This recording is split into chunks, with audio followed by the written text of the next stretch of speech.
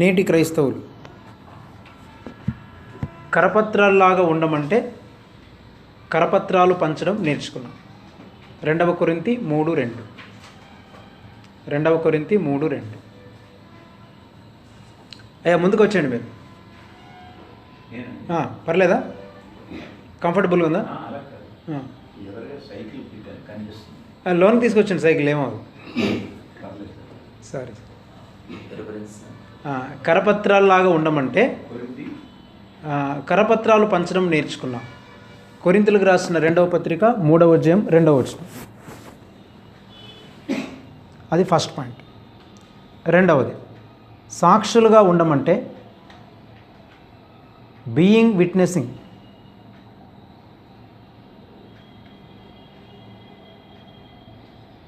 And we are doing witnessing. సాక్షులుగా ఉండమంటే సాక్ష్యం చెప్పుచూ తిరుగుతున్నాం. యాక్ట్స్ 1:8. అపొస్తలుల కార్యాలు 1:8. అపొస్తలుల కార్యాలు 1:8. మూడవది, మందకు మాదిరులై ఉండమంటే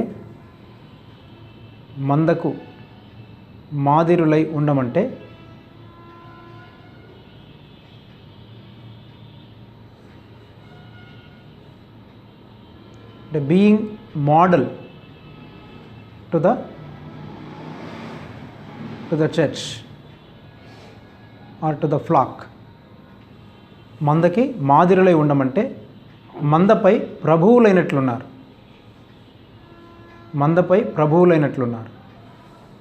అంటే being lords over the flock. మందపై ప్రభువులైనట్లు ఉన్నారు.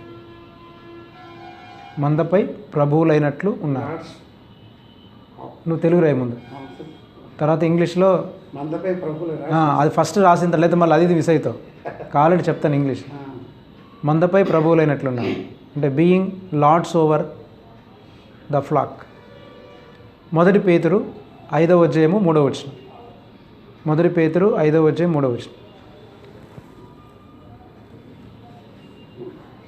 ఓకేనా?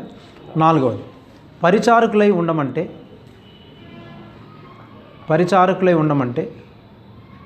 పరిపాలిస్తున్నారు. బీయింగ్ సర్వెంట్స్ అనంటే ఏం చేస్తున్నారు? Ruling the people. ప్రజల్ని పరిపాలిస్తున్నారు. లూకా 22,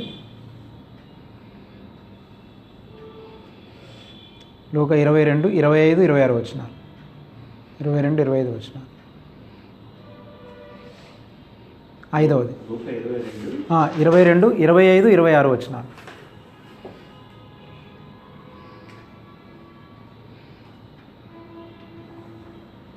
తర్వాత 5వది, సిలువను భరించమంటే సిలువను ధరిస్తున్నారు. సిలువను భరించమంటే సిలువను ధరిస్తున్నారు.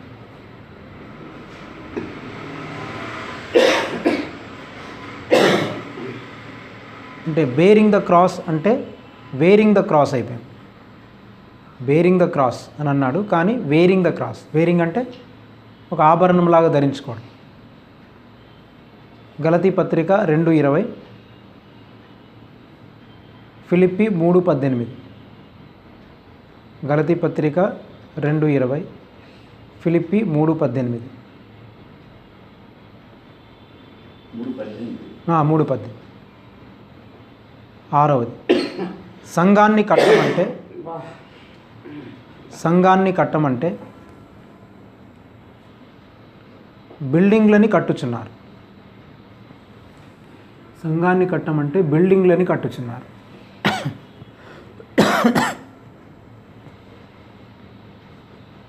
ఎఫ్సి పత్రిక 4:13. ఎఫ్సి పత్రిక 4:13.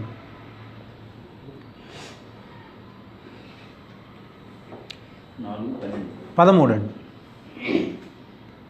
తర్వాత 7వది, ఆత్మతో సత్యముతో ఆరాధించమంటే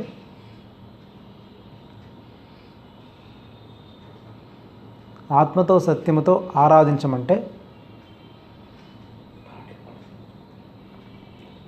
ఆరాధించమంటే పాటలు పాడడం అనుకుంటున్నారు.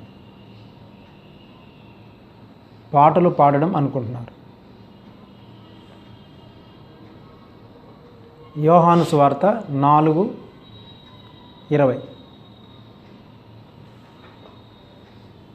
యోహాను సువార్త 4:20. 8. మీ శరీరాలను దేవునికి ఇవ్వండి అంటే చెప్పలేదు. అదే చెప్పంది కూడా చెప్పేస్తాను, ఇంకా అన్నీ రాయించేస్తాను ఒకేసారి, ఎందుకంటే మిస్ అవుతున్నాం కదా. రాయించేస్తాను, తర్వాత ఎక్స్ప్లెయిన్ చేస్తాను. ఇంకా నీకు ప్రసంగాన్ని కూడా పనికి వస్తుంది. 12 పాయింట్లు. అది మరి సగం సగం చెప్తే కొడతారు నేను, అంతే కదా. పూర్తిగా చెప్పేవనుకో అదే అంటే నీకు సగం సగం చెప్పాను అనుకో మళ్ళీ ఇబ్బంది కూడా. మొత్తం చెప్పేసిన తర్వాత ఎక్స్ప్లెనేషన్ చేసినా చేయకపోయినా నీ సొంత ఎక్స్ప్లెనేషన్ చేయొచ్చు.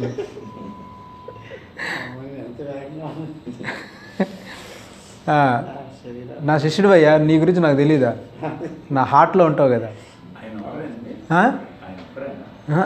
నువ్వు నా శిష్యుడు కాబట్టి నాకు తెలుసు అంటున్నాను. మీరందరూ కాదని అట్లా ఆయన గురించి మాత్రమే మాట్లాడుతున్నాను. అట్లా నువ్వు నా శిష్యుడు కాబట్టి నీకు తెలుసు అంటున్నాను.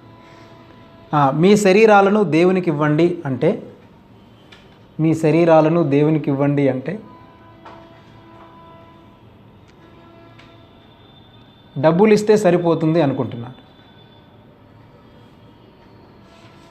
డబ్బులు ఇస్తే సరిపోతుంది అనుకుంటున్నారు, లేక దశమ భాగాలు ఇస్తే సరిపోతుంది అనుకుంటున్నారు.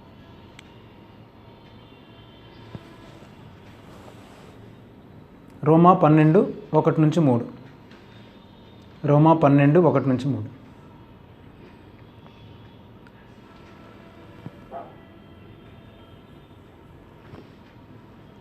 అంటే giving our bodies as living sacrifice. అంటే instead of giving our bodies as living sacrifices, we are giving our tithes and money to God అనమాట. అంటే వీఆర్ రీప్లేసింగ్ అనమాట. అంటే దేన్ని ఎట్లా రీప్లేస్ చేస్తున్నామనేది. క్రైస్తవులందరూ కూడా ఒకదానికి బదులుగా ఇంకొకటి రీప్లేస్ చేసి జీవిస్తున్నారు. అది నేటి క్రైస్తవం. తర్వాత క్రీస్తులా జీవించమంటే క్రీస్తు కొరకు ఏదో చేస్తున్నారు. క్రీస్తులా జీవించమంటే క్రీస్తు కొరకు ఏదో చేస్తున్నారు.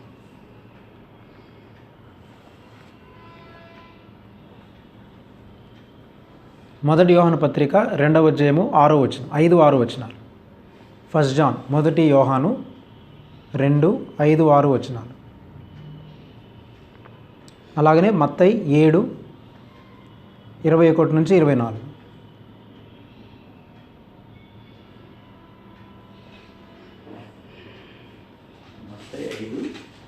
మత్తయి 7:21-24. తర్వాత అనుచరులుగా ఉండమంటే అభిమానులుగా మారుచున్నారు. అనుచరులుగా ఉండమంటే అనుచరులుగా ఉండమంటే అభిమానులుగా మారుచున్నారు. ఫాలోవర్స్ అవ్వమంటే ఫ్యాన్స్ అవుతున్నారని. అది ఫాలోవర్స్గా ఉండమంటే ఫ్యాన్స్గా మారుతున్నారు.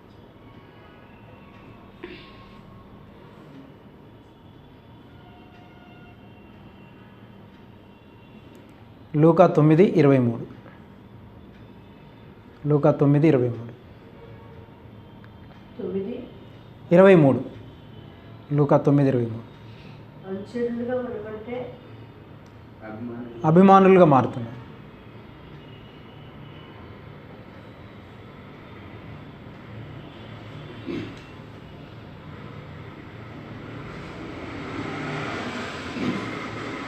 తర్వాత ఎన్నోది 10 అయిపోయినాయి. 11 రాసు. పరిశుద్ధాత్మ చేత నడిపించబడమంటే పరిశుద్ధాత్మ చేత నడిపించబడాలి అంటే పరిశుద్ధాత్మ చేత నడిపించబడమంటే ఆచారాల చేత నడిపించబడుతున్నారు. ఆచారాల చేత.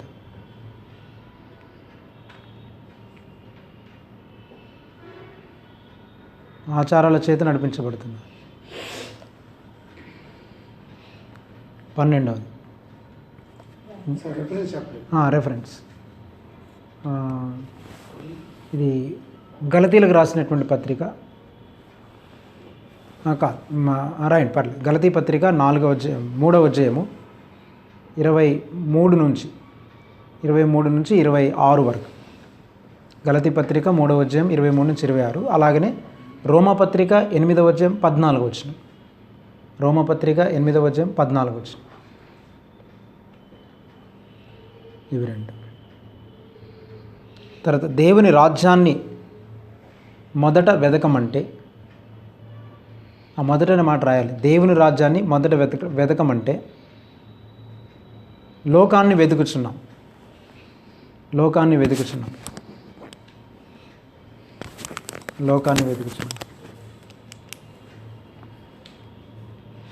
మత్తయి సువార్త 6వ అధ్యాయము 24 నుండి 33 వరకు. మత్తయి సువార్త 6వ అధ్యాయం 24 నుంచి 33 వరకు.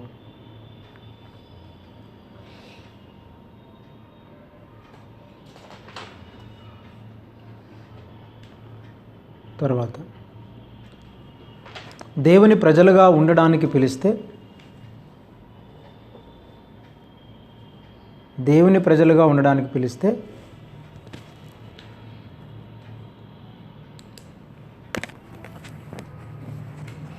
దేవుని ప్రజలుగా ఉండడానికి పిలిస్తే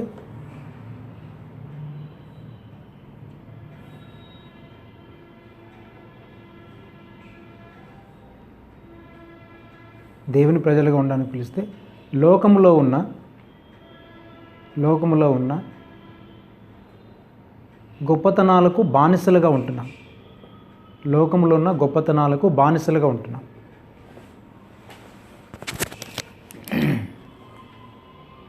రెండవ దినవృత్తాంతాలు 7వ అధ్యాయము 14 వచనం. రెండవ దినవృత్తాంతాలు 7వ అధ్యాయం 14 వచనం. ఓకే, సో ఇవి ప్రస్తుతానికి.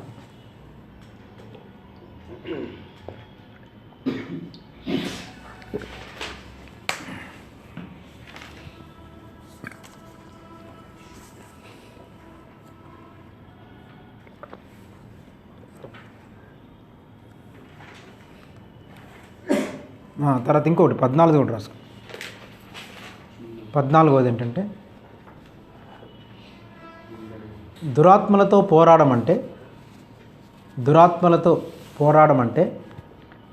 మనుషులతో పోరాడుచున్నాం.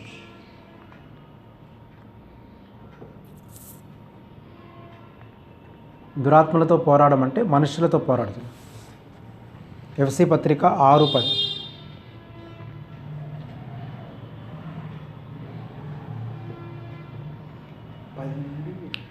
6:10 అంతే. అక్కడ నుంచి మనం చదువుకుంటాం. తర్వాత 15వది, పరసంబంధమైన ఆశీర్వాదాల కొరకు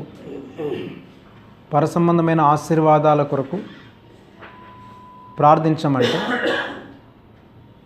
పరసంబంధమైన ఆశీర్వాదాల కొరకు ప్రార్థించమంటే భూ సంబంధమైన ఆశీర్వాదాల కొరకు ప్రార్థిస్తున్నాను. పరసంబంధమైన ఆశీర్వాదాల కొరకు ప్రార్థించమంటే భూ సంబంధమైన ఆశీర్వాదాల కొరకు ప్రార్థిస్తున్నాను.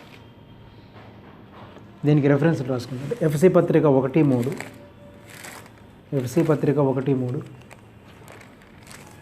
యాకోబు పత్రిక 4వ అధ్యాయము 1 నుంచి 4 వచనాలు.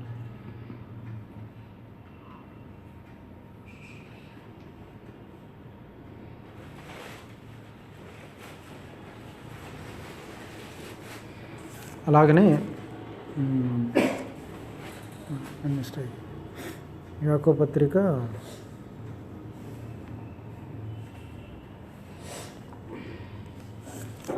తర్వాత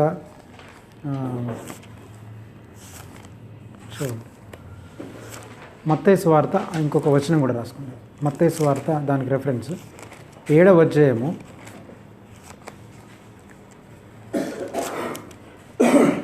7వ వచనం. 7వ అధ్యాయం 7వ వచనం. 7 అడుగుడి మీకు ఇవ్వబడును. ఓకే, ఎన్ని మనకి మొత్తం 15. ఇంకా నీ ఇష్టం. 15 వారాలు ఉపయోగపడతాయి. ఇజ్రాయెల్ ఈ సంవత్సరం అంతా సరిపోయే వర్తమానం ఇస్తాను మీకు. ఇంకా వచ్చే వారం నుంచి రానక్కర్లేదు.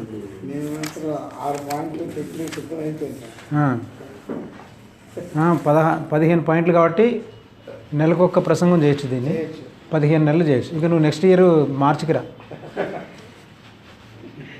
అంతలో రానక్కర్లేదు ఇక. అంతే కదా. అంటే ఒక్కొక్క వర్తమానాన్ని చదివి పాటించి జనాల్ని దుల్లగొట్టేసి మళ్ళీ అప్పుడు వచ్చే సంవత్సరం తర్వాత మళ్ళీ 15 ఇస్తాను. రైట్, చాలా సంతోషం అండి. ఇప్పుడు చూడండి, అంటే ఇంకొకసారి జస్ట్ 1 by 1 అలా రివ్యూ చేసుకుంటూ వెళ్తాను. కరపత్రాల్లాగా ఉండమంటే ఏం చేస్తున్నాం మనం?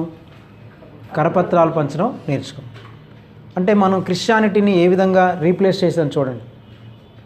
మా హృదయముల మీద వ్రాయబడి ఉండి ప్రజలందరూ తెలుసుకొనుచు చదువుకొనుచున్న మా పత్రికలు మీరే కాదా? అంటే మనం ఎలా జీవించాలంటే ప్రజలు మనల్ని చదువుకోవాలి.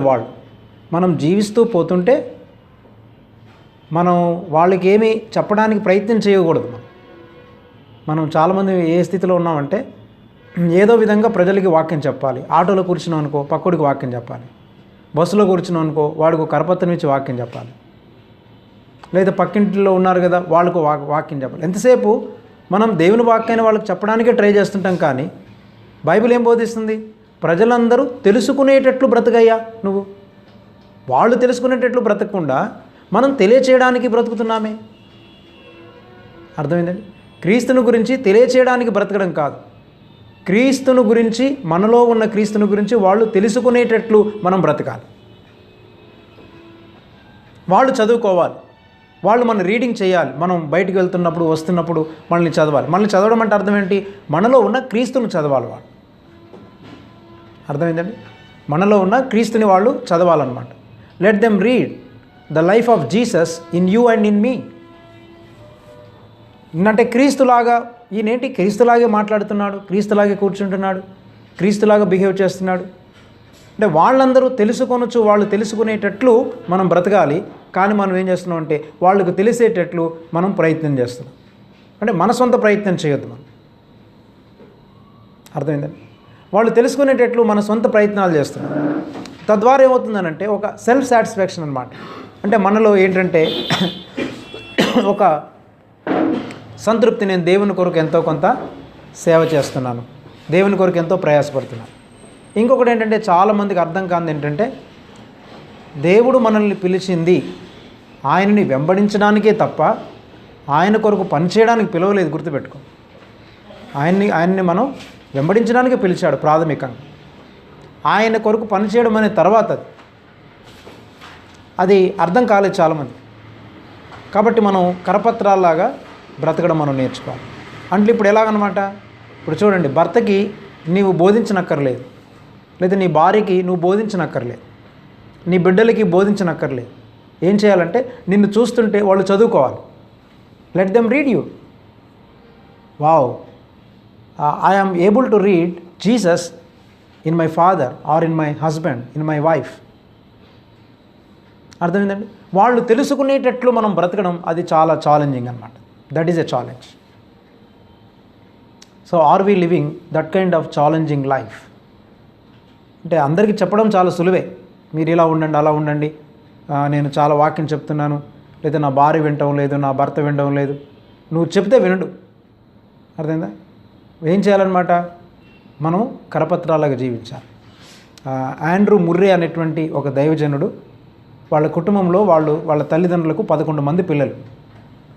11 మంది కూడా చాలా అద్భుతమైనటువంటి పరిచారకులుగా, దేవుణ్ణి వెంబడించే వాళ్ళుగా మారారట.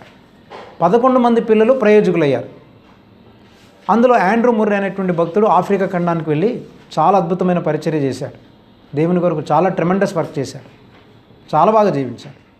ఈ ఆండ్రూ ముర్రే తల్లి గారిని ఒకరోజు కొంతమంది వచ్చి అడిగారట, అమ్మ మీరు 11 మంది పిల్లల్ని ఎలా పెంచారు, కనీసం ఒక్కడు కూడా దౌర్భాగ్యుడు అవ్వలేదు. అందరూ ప్రయోజకులు అయ్యారు, అందరూ దేవుని కొరకు జీవిస్తున్నారు. ఇంత స్ట్రాంగ్గా ఇంత బాగా ఎలా జీవించగలుగుతున్నారు వీళ్ళు? ఏంటి రహస్యం? వీళ్ళని ఇంత బాగా ఎలా తీర్చిదిద్దగలిగావు నువ్వు? మాకు చెప్పరా అని అడిగితే ఆ తల్లి ఏం చెప్పింది తెలుసా అండి? అందట ఏమండి, నేనెప్పుడు నా పిల్లలకు దేవుని వాక్యాన్ని మాటల ద్వారా నువ్వు ఇలా చెయ్యి అలా చేయని ఎప్పుడు నేను చెప్పలేదని. నేను ఎట్లా చెప్పానంటే, ఎలా టీచ్ చేశానంటే నా పిల్లలకి ఏమనుకునేదటంటే, నా పిల్లోడు కనుక వాడు మోకరించి ప్రార్థన చేయాలనుకుంటే ఈమెం చేసేదటంటే వాడికంటే ముందు ఈవిడ మోకరించి ప్రార్థన చేసేదట. అప్పుడు పిల్లోడు చూసేవారట, పిల్లలు అటు ఇటు చూసి వాళ్ళ అమ్మ మోకరిస్తుంది కదా, కాబట్టి వీళ్ళు కూడా మోకరించి ప్రార్థన చేసేవాళ్ళట. నా పిల్లలు బైబిల్ చదవాలని నేను అనుకుంటే, ఒరే బైబిల్ చదవండిరా, నువ్వు బైబిల్ చదివితే చాక్లెట్ ఇస్తాను, బైబిల్ చదివితే టిఫిన్ పెడతాను, ఇవన్నీ మనం మోడర్నిటీలో నేర్చుకున్నామని. కానీ ఆ తల్లి ఏం చేసేదటంటే, బైబిల్ చదవాలి నా పిల్లలు అనుకున్నప్పుడు బైబిల్ తీసి చదివేదట. అప్పుడు పిల్లలు ఏం చేసేవాళ్ళంటే, గొప్పకుని వచ్చేసి తల్లి ఏం చేస్తుంది, వాళ్ళు కూడా ఒక్కొక్కటి బైబిల్ తీసేసి చదువుకునేవాళ్ళట. దేవునికి ఇవ్వడం అంటే కానుక ఇవ్వడం ఎలా నేర్పించాలనుకుందంటే, తిను దేవుని సేవకులు వచ్చినప్పుడు దేవుని పరిచర్య కొరకు అలా డబ్బులు ఇస్తూ ఉండేదట. వాళ్ళు కూడా పాకెట్ మనీ ఉంటే వాళ్ళు కూడా ఏం చేసేవాళ్ళంటే, ఓహో మేము కూడా ఇలా దేవునికి ఇవ్వాలి అని అట్లా ప్రాక్టికల్గా. అందుకని ఆ తల్లి చెప్పింది ఏంటంటే, నా పిల్లలు ప్రార్థించడం నేర్పించాలనుకున్నప్పుడు వారికంటే ముందు నేను ప్రార్థించేదాన్ని. నా పిల్లలు బైబిల్ చదవాలని వాళ్ళకి నేర్పించాలనుకున్నప్పుడు వారికంటే ముందు నేను బైబిల్ స్టడీ చేసేదాన్ని. నా పిల్లలు దేవునికి ఇవ్వాలి అని నేర్పించాలనుకున్నప్పుడు వారికంటే ముందు నేనే ఇవ్వడం నేర్చుకున్నాను. నేను ఆ విధంగా అంటే వాళ్ళు ఎలా జీవించాలో వారికంటే ముందు నేను జీవించే జీవితం ద్వారా వాళ్ళకి చూపించడం ద్వారా వాళ్ళు నన్ను చూసి నేర్చుకున్నారు. అందుకే వాళ్ళు ఇలా మారారన్నట్టు. ఆమెన్ కదండి. కాబట్టి ఎలా చూపించాలి మనం మాదిరి? బోధించడం తప్పు కాదు, బోధించి ఉంటుంది, అప్పుడప్పుడు చెప్పి ఉంటుంది. కానీ బోధించడం కంటే కూడా జీవించడం చాలా ముఖ్యం అన్నమాట. అందుకే 16వ శతాబ్దంలో సెయింట్ ఫ్రాన్సిస్ అనే భక్తుడు ఒక మాట అన్నాడు. ఏమన్నాడంటే, preach the gospel by all means and when it is necessary use the words అని అన్నాడు. Preach the gospel by all means అంటే అన్ని విధాలుగా దేవుని వాక్యం ఎన్ని విధాలుగా చెప్పగలవో అన్ని విధాలుగా చెప్పు. నువ్వు చేసే పనుల ద్వారా, నువ్వు కూర్చోవడం ద్వారా, తెలుసా మనం కూర్చోవడం ద్వారా కూడా దేవుని వాక్యం బోధించగలం. మనం తింటుండడం ద్వారా కూడా దేవుని వాక్యాన్ని బోధించగలం. మనం పడుకోవడం వలన, మనం బ్రష్ చేయడం ద్వారా, మనం దువ్వుకోవడం వలన, మనం వేసుకునే బట్టలు, మనం నడిచే నడక, తెలుసా మీకు అసలు? మనం ఎప్పుడైతే దేవునితో ఆ ఇంటిమేట్ రిలేషన్షిప్ కలిగి ఉంటామో మన పరివర్తన అంతట్లో మార్పు వస్తుంది, తెలుసా? అంతట్లో మార్పు వస్తుంది. చాలామంది ఏమనుకుంటారంటే దేవుని వాక్యం ఒక్కటే బోధించడం అనుకుంటారు. అందుకే యేసు ప్రభు తన శిష్యులకు దేవుని వాక్యాన్ని తన శిష్యులుగా చేయాలనుకున్నప్పుడు, తన శిష్యులను పిలిచినప్పుడు ఏమన్నాడు చెప్పండి? మీరు రండి, మీకు వారానికి ఒకసారి every Monday evening 6:30 to 8:30 me class చెప్తానని అన్నాడా? అందులో ఈ వారం క్లాస్ ఉందా లేసారని మళ్ళీ ఒకసారి కనుక్కొని, లేదా అమ్మాయ్యా బతికాం, అస్తమానం చచ్చిపోతున్నాం, అసలు ప్రతి వారం వెళ్ళలేకపోతున్నాం, సార్ ఈ వారం క్రిస్మస్ పండుగ కాబట్టి మాకు సెలవులు ఇస్తారా? అలాంటివి వేసే దగ్గర ఆయన నేర్పించాలనుకున్నప్పుడు ఏం చేశాడు తెలుసా? ఏమనుకున్నాడు తెలుసా? అంటే మిమ్మల్ని శిష్యులుగా చేయాలి అని అంటే నేను మీకు బోధించడం ద్వారా కాదు నేర్పించాల్సింది, కమ్ అండ్ లివ్ విత్ మీ. ఈ రోజున నిజంగా మీరు శిష్యులు అవ్వాలంటే, ఈ రోజున చాలామంది శిష్యులు లేరు, తెలుసా? సంఘాల్లో శిష్యులు లేరు అనుకుంటున్నారు. చాలా ఆర్గనైజేషన్స్లో శిష్యులు లేరు. చాలామంది పాస్టర్లు అనుకుంటున్నారు నా శిష్యులు అనుకుంటున్నారు, కానీ they are not true disciples. వాళ్ళు నిజంగా శిష్యులు అవ్వట్లేదు. కారణం ఏంటి తెలుసా? Because they are not living with guru. అసలు శిష్యుడు అవ్వడం అనే మాటకే అర్థం ఏంటంటే, అసలు డిసైపుల్షిప్ ట్రైనింగ్ అంటేనే అర్థం ఏంటంటే, శిష్యునిగా చేయడం అంటే అర్థం ఏంటంటే going to Guru and living with him. ఆ గురువుగారి దగ్గరికి వెళ్ళి ఆయనతో జీవించడమే, అది శిష్యునిగా చేయడం. శిష్యరికం అనేటువంటిది it's not some class room teaching. Class రూమ్లో టీచ్ చేయడం అనేది కాదు అసలు డిసైపుల్షిప్ ట్రైనింగ్ అనేది. చాలామంది ఏం చేస్తారంటే శిష్యత్వం చేయాలంటే శిష్యత్వం ప్రోగ్రామ్స్ పెడతారు, 3 రోజులు డిసైపుల్షిప్ ట్రైనింగ్ చేసామని అంటారు. But that is not the discipleship training. Disciples నిజంగా మీరు అవ్వాలనుకుంటున్నారా? Come and live with me. But మీరేమంటారంటే we don't have time. So నేనేమంటానంటే, so you cannot become my disciple. నేను కాదు, యేసుప్రభు అంటున్నాడు. అలాగే నేను కూడా అనగలను, you cannot be my disciples. ఎందుకని? Leaving everything and come and follow me. If you want to really become the disciple or disciples of Christ, then you have to leave everything and come and follow him. అవును కదా? అందుకే పేతురును పిలిచినప్పుడు ఏం చేశారు? తమ వలలను, చేపలను, దోణలను విడిచిపెట్టి యేసును వెంబడించారు. అందుకే యేసయ్య అన్నాడు, మీరు నా శిష్యులు అవ్వాలంటే మీరు నా దగ్గరికి వచ్చి నివసించాలి. నా దగ్గర you have to watch my every moment. మీరు నా దగ్గర ఉండి, నా దగ్గర కూర్చొని నేను ఎలా తింటున్నానో, నేను ఎక్కడ పడుకుంటున్నానో, ఏ బట్టలు వేసుకుంటున్నానో, నేను ఎలా ఉంటున్నానో, నా లైఫ్ అంతటి చూస్తూ ఏం చేయాలన్నమాట? ట్రైనింగ్ అవ్వాలి. దీనికి ఒక చిన్న ఎగ్జాంపుల్ చెప్తాను చూడండి. పాత రోజుల్లో, ఈవెన్ ఇప్పుడు కూడా అక్కడక్కడ రేర్గా జరుగుతుంది ఏంటంటే, ఉదాహరణకి ఏం చేసేవాళ్ళంటే, ఒక మేషన్ వర్క్ చేయాలనుకోండి, ఒక మేస్త్రి ఇల్లు కట్టే వ్యక్తి ఉన్నాడు అనుకోండి, ఒక అబ్బాయి కనుక వాడు మేషన్ వర్క్ నేర్చుకోవాలంటే ఏం చేసేవాడు? ఆ మేస్త్రి వచ్చి రోజుకు ఒక క్లాస్ చెప్తాడా? చెప్పండి. క్లాస్ చెప్పేవాడు కాదు. ఏం చేసేవాడంటే, వారి అబ్బాయి, పిల్లకాయలు ఉంటారు కొంతమంది మేస్త్రి దగ్గర, వారి అబ్బాయి నా దగ్గర రారా అని వాడిని ఆ మేస్త్రి ఏం చేస్తాడంటే బిల్డింగ్ కట్టే చోటుకి తీసుకెళ్తాడు. రోజంతా ఏం చేస్తాడనమాట మేస్త్రి? ఈ బిల్డింగ్ కడుతున్నప్పుడు మేస్త్రి ఏం చేస్తున్నాడంటే పిల్లోని ట్రైనింగ్ చేస్తాడు. ఎట్లా ట్రైనింగ్ చేస్తుంటాడు అంటే, వాడు కావాలనే ట్రైనింగ్ కూడా ఏమి ఉండదు. మరి ఆ సుత్తి ట్యూర్ అంటే సుత్తి ఇస్తూ ఉంటాడు, ఆ ప్లంబ్ ఇవ్వమంటే ఆ ప్లంబింగ్ థ్రెడ్ ఇస్తాడు, లేదా దాన్ని ఏమంటారు టాపీ, ఆ టాపీ ఇవ్వమంటే టాపీ ఇస్తుంటాడు, ఆ సిమెంట్ అంతా కలుపంటే కలిపేస్తుంటాడు, ఎన్ని పాలు కలపాలో చెప్తుంటాడు. అంటే ఇప్పుడు వీడు ఏం చేస్తున్నాడు అనమాట? ప్రాక్టికల్గా మాస్టర్ గారు ఏం చేస్తున్నారో దాన్ని చూసి నేర్చుకుంటున్నాడు అనమాట. అంటే ఎట్లా చేస్తున్నాడంటే, ఆ మాస్టర్ గారితోనే, మేస్త్రితోనే రోజంతా ఉండాలన్నమాట. రోజంతా ఉంటే కొన్ని రోజులకు ఏమవుతాడు వీడు? ఈ జూనియర్ మేస్త్రి, ఆ మేస్త్రి కొంచెం ఎప్పుడైనా బాగలేదనుకోండి, ఈ జూనియర్ మేస్త్రి ఏమవుతాడు? సీనియర్ మేస్త్రి అయిపోతాడు. అర్థమవుతుందండి మీకు? అలాగనే ఇప్పుడు ఈ ఎలక్ట్రీషియన్ పని చేసేవాళ్ళు కూడా ఒక చిన్నపిల్లని పక్కన పెట్టేసుకొని వాడికి నేర్పిస్తుంటారు అనమాట. వాడు వచ్చినప్పుడు చిన్న చిన్న ఇవన్నీ ఇన్స్ట్రుమెంట్స్ అందిస్తూ ఉంటారు. వాడు కొన్ని రోజుల తర్వాత వాడికి బాగా ప్రాక్టీస్ వస్తుంది. అంటే గురుగారు చేస్తుంటే వాడు చూస్తుంటాడు అనమాట, ఎలా చేస్తున్నాడు, ఎలా వైర్ కలుపుతున్నాడు, ఏ విధంగా కట్ చేస్తున్నాడు, కనెక్షన్స్ ఎలా ఇస్తున్నాడు అనేది వీడంతా అబ్జర్వ్ చేసి అట్లా నేర్చుకునేవాడు. కానీ ఈ రోజుల్లో ఏమైపోయిందంటే, డిసైపుల్షిప్ ట్రైనింగ్ అనేది కూడా అలాంటిది. మీకు అర్థమైందండి? యేసుప్రభు చెప్పింది ఏంటంటే, నాకు శిష్యులు అవ్వడం అంటే అర్థం ఏంటి? ఒక మేస్త్రి దగ్గర ఒక పిల్లవాడు ఏ విధంగా పని నేర్చుకుంటాడో, ఒక ఎలక్ట్రీషియన్ దగ్గర ఒక పిల్లవాడు ఏ విధంగా పని నేర్చుకుంటాడో, అలాగనే మనము కూడా యేసుప్రభు దగ్గర ఉండి, లేక దేవుని వాక్యోపదేశం చేసే పాస్టర్ గారి దగ్గర ఉండి నేర్చుకుంటే అప్పుడు మనం యేసయ్యకు శిష్యులం అవుతాం. Until then you cannot become the disciple of Christ. It's not the classroom teaching. It is being with the Guru and learning so many things. అర్థమైందండి మీకు? అందుకే యేసయ్య ఏం చేశాడంటే, ఆయన ప్రాక్టికల్గా చూపించాడు మనకి. ఎట్లా చూపించాడు? 12 మందిని పిలిచి ఏం చేశాడు చూడండి. మార్కు సువార్త 3వ అధ్యాయము 14వ వచనం అనుకుంటాను. చూడండి, మార్కు సువార్త 3వ అధ్యాయము 14వ వచనం, 13వ వచనం సార్, 13-14. ఆయన కొండెక్కి తనకిష్టమైన వారిని పిలవగా వారు ఆయన యుద్ధకు వచ్చిరి. వారు తనతో కూడా ఉండునట్లును. చాలా ఫస్ట్ ఎందుకు పిలిచాడు చెప్పండి వాళ్ళని? తనతో కూడా ఉండునట్లును వారిని పిలిచాడు. ఓకే, దయ్యములను వెళ్ళగొట్టు అధికారం గలవారే సువార్త ప్రకటించుటకును వారిని పంపవలనని ఆయన 12 మందిని నియమించాడు. సో ప్రైమరీ కాలింగ్ ఏంటనమాట? ప్రాథమికంగా ఎందుకు పిలిచాడు వాళ్ళని చెప్పండి? ఎందుకు పిలిచాడు? తనతో కూడా ఉండుటకు. అది జరగాలన్నమాట. అందుకని యేసుప్రభు బాప్తిస్మ ఇచ్చేటువంటి యోహాను దగ్గర ఉన్న శిష్యులు అడుగుతారు కదా, రబ్బీ నువ్వు ఎక్కడ కాపురం ఉన్నావు అన్నప్పుడు యేసయ్య ఏమన్నాడు? రండి, నాకు బైబిల్ కాలేజ్ ఒకటి ఉంది, లేదా నేను అప్పుడప్పుడు సెమినార్స్ పెడుతుంటాను, మీటింగ్స్ పెడుతుంటాను, మా మీటింగ్స్కి వచ్చి వాక్యం వినండి, టీవీలో నాకు వారానికి ఒకసారి మెసేజ్ వస్తాయి, అవి వినండి, మీరు రక్షణ పొందండి, ఆశీర్వాదం పొందండి అని అన్నాడా? ఏమన్నాడు యేసయ్య? యోహాను 1:37 ఏమన్నాడు? వచ్చి చూడుడి. చూసారా? రండి వినండి కాదు, ఏమన్నాడు? వచ్చి చూడండి. ఓల్డ్ టెస్టిమెంట్ మెసేజ్ అంతా కూడా command hear, but new testament message అంతా కూడా ఏంటనమాట? Command see me. అందుకే నేను కూడా I'm challenging so many of you, command see me, command live with me. అర్థమైందండి? అందుకే యేసుప్రభు ఏమన్నాడంటే వచ్చి చూడుడి, రండి చూడండి అన్నాడు.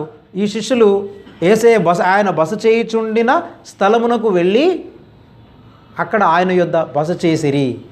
ఆయన బస చేయుచుండిన స్థలమునకు వెళ్ళి ఆయన యొద్ద ఉన్నారు. అది అండి శిష్యులుగా చేయడం అంటే. ఆయన ఎక్కడ నివాసం ఉంటున్నాడో ఆ నివాసం ఉంటున్న స్థలానికి వెళ్ళి ఆయన దగ్గర ఉండి ఆయన ఏం చేస్తున్నాడో చూచి, ఆయనను చూచి ఏం చేశారంటే ఇక వీళ్ళు ఏమనుకున్నారంటే ఆయన దగ్గరికి వచ్చి ఆయన్ని చూడడానికి వచ్చిన వాళ్ళు ఆయన దగ్గర ఉండిపోయారు, సెటిల్ అయిపోయారు. ఎవరైనా మన దగ్గరికి చుట్టాలు వచ్చి మన దగ్గరే ఉండిపోతున్నారా? ఏమండి, చుట్టాలు ఎవరైనా వచ్చేసి మన జీవితాన్ని చూసి, wow, I want to live with you brother, sister, I want to live with you, uncle, I want to live with you throughout my life, auntie, I want to live with you throughout my life because you are showing the life of Jesus, I want this kind of life, నాకు ఈ విధమైన జీవితం కావాలి. Aunty, uncle, అన్నయ్య, చెల్లి, తమ్ముడు, అక్క, వదిన, నాకు ఇలాంటి జీవితం కావాలి, నేను మీ దగ్గర ఉండిపోవాలని అనుకుంటున్నారు ఎవరైనా? వాళ్ళు వచ్చింది మొదలుకొని ఏమనుకుంటామంటే వీడు ఎప్పుడు వెళ్ళిపోతాడా అని చూస్తుంటారు. అవునా? వచ్చిన తర్వాత రిటర్న్ టికెట్ రిజర్వేషన్ ఏ రోజు అయింది? 14. నేను నిన్న అడగట్లా. రిటర్న్ రిజర్వేషన్ టికెట్ ఏ రోజు అయింది? వచ్చిందే 13. ఏమండి, 13 సాయంత్రం అయిందా? 14 అని అంటే 14 అయింది. నేను ఒక 5 days ఉంటా. 5 days ఉంటున్నారా అంటే గుండెలో రాయబడ్డట్టు అవుతుంది. అమ్మయ్యా, వీళ్ళు 5 days ఉంటున్నారట. 5 days ఉన్నా, 10 days ఉన్నా, it is an opportunity to show Christ to them, allow them to be with you. వాళ్ళని 5 రోజులు ఉండాలనుకుంటున్నారా? ఉండనివ్వండి. క్రీస్తును చూపించడానికి ఒక మంచి అవకాశం నీకు. మనకు ఎంతసేపు ఏంటంటే వీళ్ళకి వంట చేయాలి, వీళ్ళకి టిఫిన్ చేయాలి, వీళ్ళకు నేను చాలా సేవ చేయాలి, నా బియ్యం అన్న అయిపోతాయేమో, నా నూనె అంత అయిపోద్దేమో, నా పప్పులన్న అయిపోతాయేమో అన్న. కప్పుడు కాఫీ చేసి ఇంకా తాగుతారా? మీరు కాఫీ తాగరేమో కదా, మీరు టీ తాగరేమో కదా అని 3-4 సార్లు అడిగేసి, మీరు మార్నింగ్ పూట మీకు టిఫిన్ అలవాటు లేనట్టుంది. ఏమండి, ఇవన్నీ మనం క్రైస్తవం నేర్చుకోలేదు, మనం పిషనారులం. మనం అర్థమైందా? ఈ పిషనారితనం మనలో పోవట్లేదు. అందుకని ధారాళత అనేది మనకు రాలేదు. ఎందుకనంటే క్రీస్తులో ఉంది ధారాళత. క్రీస్తులో ఎంత ధారాళత ఉంది?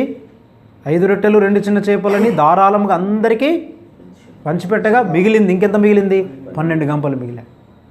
నువ్వు నిజంగా దేవుని ధారాళత కలిగి జీవిస్తే నువ్వు ఎంతమందికి పెట్టినా నీకు మిగులుతుంది తప్ప నీకు తగలదు. తెలుసా? నేను ప్రాక్టికల్ అనుభవిస్తాను. అమ్మో, ఇంత డబ్బులు ఖర్చు అవుతున్నాయి, ఇంతమందికి పెట్టాలా? పెట్టే మొత్తం పెట్టగా మళ్ళీ నీ అకౌంట్ సేమ్ ఉంటుంది, రూపాయి తగ్గదు. దాని ద్వారా ఏం చేయగలుగుతున్నావు తెలుసా? You can win the people for Christ. అందుకని వచ్చి చూడండి క్రొత్త నిబంధన అంతా. అవును, తనతో ఉండుటకు 12 మందిని తనతో పాటు పెట్టుకున్నాడు. మరి 12 మందికి భోజనం పెట్టాలంటే ఎంత కష్టం చెప్పండి కదా. 3.5 సంవత్సరాల కాలం పాటు 12 మందిని కంటిన్యూస్గా పోషించాడు. పోనీ ఆయనకైనా జాబ్ ఉందా చెప్పండి? పోనీ ఆయనకు ఉండడానికి ఆయనకి ఇల్లు ఉందా? ఏమైనా? ఆయనకే ఠికానా లేదు. ఆయనకు ఉండడానికి ఇల్లు లేదు, డబ్బు లేదు, ఉద్యోగం లేదు. మరి ఎక్కడి నుంచి అయినా రాబడి ఉందంటే ఎక్కడి నుంచి రాబడి లేదు, ఆస్తులు లేవు, ధనవంతుని కుటుంబంలో ఏం పుట్టలేదు. అయినా కానీ యేసుప్రభు ఏం చేశాడంటే, నా తండ్రి నా పోషకుడు, నన్ను పోషించే తండ్రి నాతో ఉన్నవారిని కూడా పోషించాడు. వాళ్ళని ఏ విధంగా తనతో ఉండున్నట్లు, దట్ ఈజ్ ద శిష్యరికం. సరే, ఈ మోడర్న్ లైఫ్లో మరి ఇది మనతో ఉండడం అంటే అది అసాధ్యం. కాబట్టి కనీసం అట్లీస్ట్ ఎంత ఎక్కువగా శిష్యులకు అవ్వడానికి ఇష్టపడే వాళ్ళు ఎంత ఎక్కువగా గడుపుతున్నారు? అది ప్రశ్న. ఈ 12 శిష్యులు యేసుప్రభుతో ఉన్నప్పుడు ఒక దైవజనుడు చెప్తున్నారు సార్, అంటే కానుకలు ఇస్తే అలాగే మెయింటైన్ అయ్యేవారని చెప్పి చెప్తున్నారు. నిజమేనా? ఇచ్చారు. ఎందుకంటే చందాసంచి ఉంది కదా, ఎవరైనా వాలంటరీకి ఇస్తే యేసుప్రభు కూడా తీసుకున్నాడు, తప్పులేదు. కానుకలు ఇచ్చినప్పుడు తీసుకోవాలి. తీసుకోవడం అనేది కూడా సబ్మిషన్. నేను ఎవరి దగ్గర తీసుకోను అంటే మళ్ళీ అది గర్వం. నేను నీ దగ్గర తీసుకుంటానంటే అర్థం ఏంటి అంటే ఐఎమ్ సబ్మిటింగ్ టు యూ, నేను నీకు లోబడుతున్నాను. బైబిల్ అంటుంది ఒకరికొకడు లోబడి ఉండుడి. ఇది కూడా లోబడటమే. సో లోబడటం అనేది వివిధ రకాలుగా మనం చూపిస్తుంది. అంతేగాని అడుక్కోవద్దు. మళ్ళీ నేను పాస్టర్ కదా, పిల్లని తెచ్చావు, దాని తెల్ల ఏమైంది, కోడిగుడ్డు పెట్టావు, దాని తెల్ల ఏమైంది అని అడగొద్దు. అర్థమైందా? భోజనం పెట్టారు, నాకు ఇంకా చికెన్ బిర్యానీ పెట్టాలి కానీ మీరు వైట్ రైస్ పెట్టారేంటి అని అడగకూడదు. ఇస్తే పుచ్చుకోవచ్చు. యేసుప్రభుకి చాలామంది హెల్ప్ చేశారు. యేసుప్రభు పుచ్చుకున్నాడు, పౌలు పుచ్చుకున్నాడు. వాలంటరీగా ఇచ్చినప్పుడు మనం తీసుకోవాలి. అంతేగాని మనం ఎవరిని బలవంతం చేసి అడగదు. అది మనం కూడా అదే బోధిస్తున్నాం. బలవంతంగా అడగొద్దు, ఎవరైనా ఇస్తే పుచ్చుకోండి, తప్పులేదు, అట్లా ప్రేమతో ఇస్తాం. కాబట్టి శిష్యులుగా అవ్వాలి. మీకు అర్థమవుతుందండి? అందుకే యేసు ప్రభు చూడండి, ద గ్రేటెస్ట్ కమాండ్మెంట్, గ్రేటెస్ట్ కమిషన్లో, ఏ గ్రేట్ కమిషన్లో యేసు ప్రభు చెప్పిన మాట ఏంటి? మత్తయి 28:19 చదవండి ఒకసారి. మత్తయి 28:19 చదవండి. ఇది కూడా మనకి కాబట్టి మీరు వెళ్ళి సమస్త జనులను శిష్యులుగా చేయుడి, తండ్రి యొక్కయు కుమారుని యొక్కయు పరిశుద్ధాత్మ యొక్కయు నామములోనికి వారికి బాప్తిస్మం ఇచ్చుచు నేను మీకు ఏ ఏ సంగతులను ఆజ్ఞాపించుతునో వాటన్నిటినీ కైకొనవలెనని వారికి బోధించింది. చాలా చూడండి, ఇక్కడ 3 విషయాలు ఉన్నాయి. ఏమంటాడు? ఫస్ట్, సమస్తమైన జనులు ఏమవ్వాలి? అది మీకు అర్థమైందా? There is no exception for any one not to become disciple. నేను శిష్యుని అవ్వలేనండి, ఇది కొంతమంది అవుతారు, నేను మామూలుగా వచ్చి బిలీవర్గా ఉంటాను. బిలీవర్ అనేది లేదు. ఇక ఏం చేయమంటున్నాడు? సమస్తమైన జనులు ఏమవ్వాలట? శిష్యులు అవ్వాలి. Everybody must become a disciple of Christ. ప్రతి ఒక్కరు శిష్యుడు అవ్వాలంటే ఇప్పుడు ఏం చేయాలి? క్లాస్ రూమ్ టీచింగ్ మాత్రమే కాదు, ఏం చేయాలి చెప్పండి? బీయింగ్ విత్ గురు, అంటే గురుతో మనం ఉండాలి. ఉండడం అంటే మనకి సాధ్యమైనంత వరకు, ఈ నవీన యుగంలో మనకు సాధ్యమైనంత వరకు ఎక్కువ సమయాన్ని మనం ఆ గురువు గారి దగ్గర గడపడానికి మనం ట్రై చేయాలి. ఈ రోజుల్లో మనకి మీడియా చాలా ఉంది కదా, కమ్యూనికేషన్ వ్యవస్థ పెరిగింది. ఫోన్ ద్వారానో లేకపోతే టైం దొరికినప్పుడల్లా ఎక్కువగా విని మనం నేర్చుకోవాలి. సో శిష్యునిగా ఒకటి ఏంటంటే, అంటే ఎక్సెప్షన్ ఏం లేదు, అంటే అందరూ ప్రతి ఒక్కరు కూడా ఏమవ్వాలి? శిష్యుడు అవ్వాల్సిందే. Everybody must become disciple. రెండవది, ఇప్పుడు డిసైపుల్ అవ్వాలంటే ఏం చేయబడాలి? చూడండి, కాబట్టి మీరు వెళ్ళి సమస్త జనులను శిష్యులనుగా చేయుడి, తండ్రి యొక్కయు కుమారుని యొక్కయు పరిశుద్ధ నామములోనికి బాప్తిసం ఇచ్చుచు. రెండవది, నేను మీకు ఏ ఏ సంగతులను ఆజ్ఞాపించుతునో, రెండవది బాప్తిసం ఇవ్వాలి. మూడవది ఏంటంటే, నేను మీకు ఏ ఏ సంగతులను ఆజ్ఞాపించుతునో వాటినన్నిటినీ గైకొనవలనని వారికి బోధించు. చూసారా? అంటే యేసు ప్రభు చెప్పిన ఆల్ దట్ జీసస్ టాట్, యేసు ప్రభు బోధించిన బోధంతటిని బోధించాలి. ఎట్లా బోధించాలట? వాళ్ళు గైకొనేటట్లు బోధించాలి. ఇప్పుడు మీకు అర్థమైందండి? ఈ బోధ అంతా మీకు చెప్పాలంటే ఏం చేయాలి? మీరు ఒక్క రోజులో సరిపోతుందా? చాలు. 2 రోజులు చాలు, 3 రోజులు క్లాస్కి వచ్చినా చాలు. అంటే కంటిన్యూస్గా ఉంటే యేసు ప్రభు చెప్పిన బోధ అంతటిని ఏం చేయాలన్నమాట? వాళ్ళు అంటే క్లాస్ రూమ్లో నోట్స్ రాసుకోవడం కొరకు మాత్రమే కాదు, వారు వాటన్నిటినీ గైకొనేటట్లు, అంటే వాళ్ళు పాటించేటట్లు, వారి జీవితంలో అవి ప్రాక్టికల్గా జరగాలి. అది వాళ్ళు చెయ్యాలన్నమాట. ఇప్పుడు ఏం చేయాలన్నమాట? మన ఫెలోషిప్లో కానీ మన సంఘంలో ఉండేటువంటి ప్రతి వ్యక్తికి ఏం చేయాలి?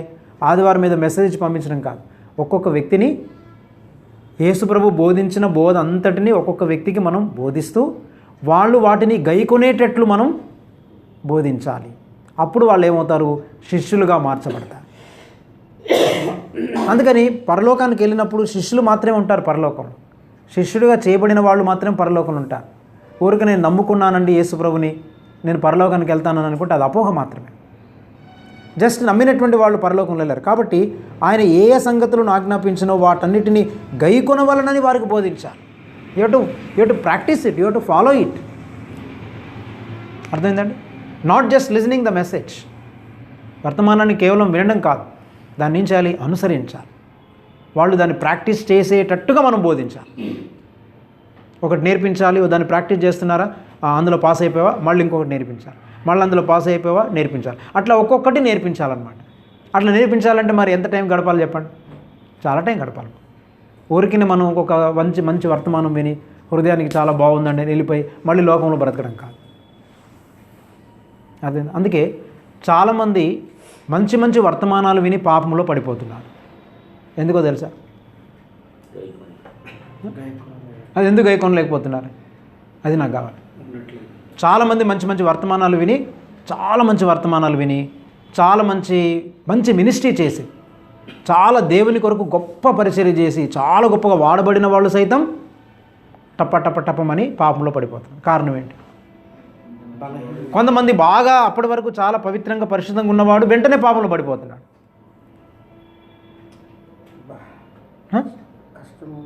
కష్టంగా ఉందా?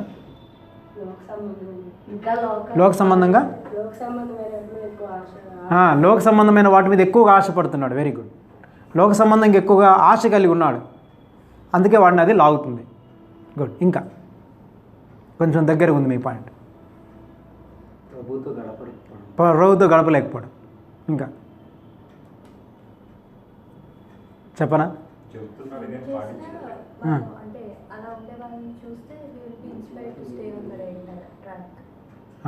అంటే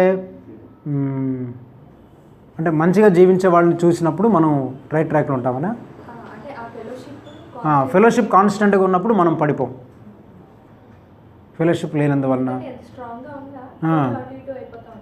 కొంతమంది ఫెలోషిప్ ఉన్నా పడిపోతున్నారు. ఫెలోషిప్ ఉన్న వాళ్ళు కూడా పడిపోతున్నారు. అది అకౌంటబిలిటీ ఉంది. Very good. ఫెలోషిప్ అది మనకి సహవాసములు ఉండడం మాత్రమే కాదు, అకౌంటబిలిటీ కూడా ఉండాలి. అంటే నేను ఏం చేస్తున్నానో మీకు చెప్పాలి, మీరు కూడా ఏం చేస్తున్నారో నాకు చెప్పాలి. అకౌంటబిలిటీ ఉండాలి, రెస్పాన్సిబిలిటీ ఉండాలి. రెండు విషయాలు అన్నమాట. ఫెలోషిప్లో రెండు ఉండాలి, గుర్తుపెట్టుకోండి. Accountability and responsibility. అకౌంటబిలిటీ ఏంటంటే ఇప్పుడు నేను మీలో చాలామంది అకౌంటబిలిటీ ఉండట్లేదు. అకౌంటబిలిటీగా ఉండట్లేదు అంటే అర్థం ఏంటి? ఫెలోషిప్ ఉందంటున్నారు, అకౌంటబిలిటీ లేదంటే నేను ఏం చేస్తున్నాను, ఎక్కడికి వెళ్తున్నాను చాలామంది చెప్పరు. కానీ నేను కొంతమందికి నేను అకౌంటబిలిటీ ఉన్నాను. ఫర్ ఎగ్జాంపుల్ మా గురుగారికి నేను ఏ ఊరు వెళ్తున్నాను, ఎక్కడికి వెళ్తున్నాను, ఏం చేస్తున్నాను, ఎక్కడ ప్రీచ్ చేశాను, ఎప్పటికప్పుడు అప్డేట్స్ ఇస్తుంటాను నేను ఆయనకి. అంటే ఆయన అడగరు నన్ను, నువ్వు ఎందుకు ఎక్కడికి వెళ్ళావో నాకు చెప్పని ఎన్నడూ అడగరు నన్ను అసలు. అర్థమైందా? ఎందుకంటే because I have in fellowship with my Guru, I want to give my account అనమాట. అయ్యా నేను ఇలా చేశానని చెప్తాను. ఒకవేళ నేను తప్పు చేశాను అనుకోండి, వెంటనే నేను చెప్తారు నాకు, లింక్స్ని ఇలా తప్పు చేసావు, అది అలా కాదు, ఇలా నన్ను కరెక్ట్ చేస్తారు. ఎందుకంటే ఐఎమ్ అకౌంటబుల్. అప్పుడు ఏమవుతుందంటే నేను పలానా చోటుకి వెళ్ళానంటే అసలు నువ్వు ఎందుకు వెళ్ళావు అలాంటి చోటుకి అంటే నాకు తెలియకుండా తప్పుడు మార్గంలోకి వెళ్ళిపోయాను అనుకోండి, ఆయన నన్ను గద్దిస్తారు. అకౌంటబిలిటీ ఉండడం వల్ల ఏమవుతుందంటే నాకు భయం కూడా ఉంటుంది. రేపు ఏది పడితే చేయడానికి అవ్వదు, రేపు ఒక వ్యక్తికి నేను అకౌంట్ చెప్పాలి అనే భయంతో నేను బ్రతుకుతుంటాను. అప్పుడు నా ఆత్మీయ జీవితం చాలా పర్ఫెక్ట్గా ఉంటుంది. రెస్పాన్సిబిలిటీ కూడా అనమాట. అంటే నాకు బాధ్యత ఉంది. అర్థమైంది? ఇప్పుడు నేను ఫెలోషిప్లో ఉన్నాను, ఈ ఫెలోషిప్లో నా ఇష్టం వచ్చినా నేను జీవిస్తానంటే కుదరదు. నీకు ఒక బాధ్యత ఉంది. ఏంటి బాధ్యత? టైంకి రావడం బాధ్యత. ఈ ఈ ఈ సంఘములో ఫెలోషిప్లో ఉండేటువంటి వ్యక్తులకు ఏదైనా కష్టం వస్తే ఆదుకోవాల్సిన బాధ్యత, వాళ్ళ కొరకు ప్రార్థన చేయాల్సిన బాధ్యత, వాళ్ళ కష్టాలు నీ కష్టాలుగా భావించే బాధ్యత, ఇవన్నీ ఉన్నాయి ఫెలోషిప్లో. సో ఫెలోషిప్ అంటే కేవలం కలుసుకొని చాయ్ తాగి భోజనం చేసి హలో బ్రదర్ బాగున్నారని పాటలు పాడుకొని హల్లెలూయా ప్రైజ్ లార్డ్ అని వెళ్ళిపోవడం కాదు. ఫెలోషిప్లో రెస్పాన్సిబిలిటీ అండ్ అకౌంటబిలిటీ. అందుకే మీకు కూడా చెప్తున్నా, మన ఫెలోషిప్లో కూడా చాలామందికి అకౌంటబిలిటీ రెస్పాన్సిబిలిటీ లేదు. అంటే ఎక్కడికైనా వెళ్ళిపోతారు, ఏమైనా చేస్తారు, ఊరికనే మనం ఫెలోషిప్కి వచ్చి ప్రైజ్ ది లార్డ్ బ్రదర్ అంటారు, సరిపోతుంది. బట్ నేను అది నేర్చుకుంటున్నాను. ఎవ్రీ టైం నేను రోజంతా ఏం చేసినా 1 or 2 డేస్కి ఐ గివ్ అకౌంట్ చెప్తుంటాను. ఇలా చేసాను, ఇలా చేసాను. అప్పుడు ఏమవుతామంటే మనం చాలా జాగ్రత్తగా ఉంటాం, మనం దేవుని అడుగుజాడలో నడవగలం. బట్ ఈవెన్ దెన్ ఇంకా కొంచెం మనం పైకి వెళ్తాం. ఇంకా చాలామంది బాగా ఇంత అకౌంటబిలిటీతో ఉన్నా కానీ పడిపోతున్నారు. పడిపోవడానికి ఛాన్సెస్ ఉన్నాయి. ఎందుకు అని అంటాను? దేవునితో ఇంటిమసీ లేకపోవడం. ఇంటిమసీ ఉంది చాలామంది. ఒక ఆయన ఏం చేశాడంటే చాలా పెద్ద భక్తుడు, ఆయన పేరు చెప్పను. ఆయన హోలీనెస్ మీద మాట్లాడితే గుండెలు కరిగిపోతాయి అన్నమాట. ఆయన పరిశుద్ధత మీద 3 రోజులు సభల్లో చాలా అద్భుతంగా మాట్లాడి ఆ సభలు ముగిసిన వెంటనే భయంకరమైన వ్యభిచారంలో పడిపోయాడు. ఒక పెద్ద ఆర్గనైజేషన్ స్టార్ట్ చేశాడు. What is the reason?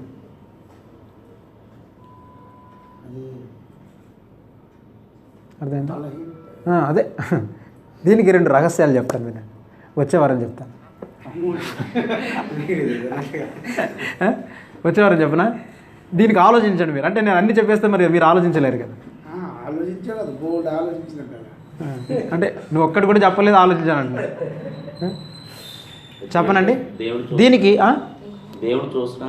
అన్నీ ఉంటాయి కదా, అవన్నీ మీరు చెప్పినవన్నీ కరెక్టే.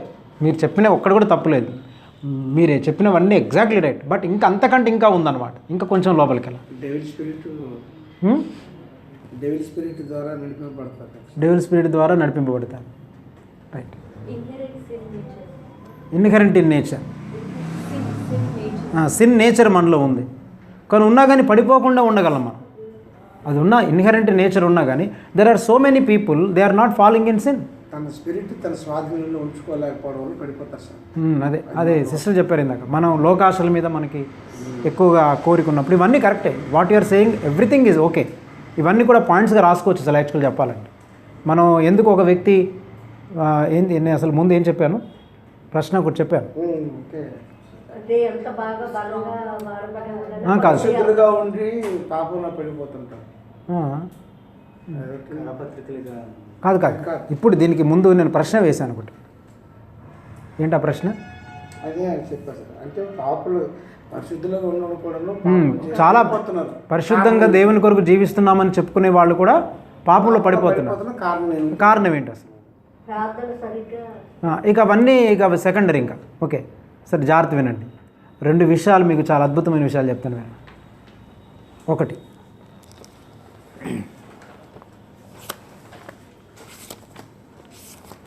ఆదికాండం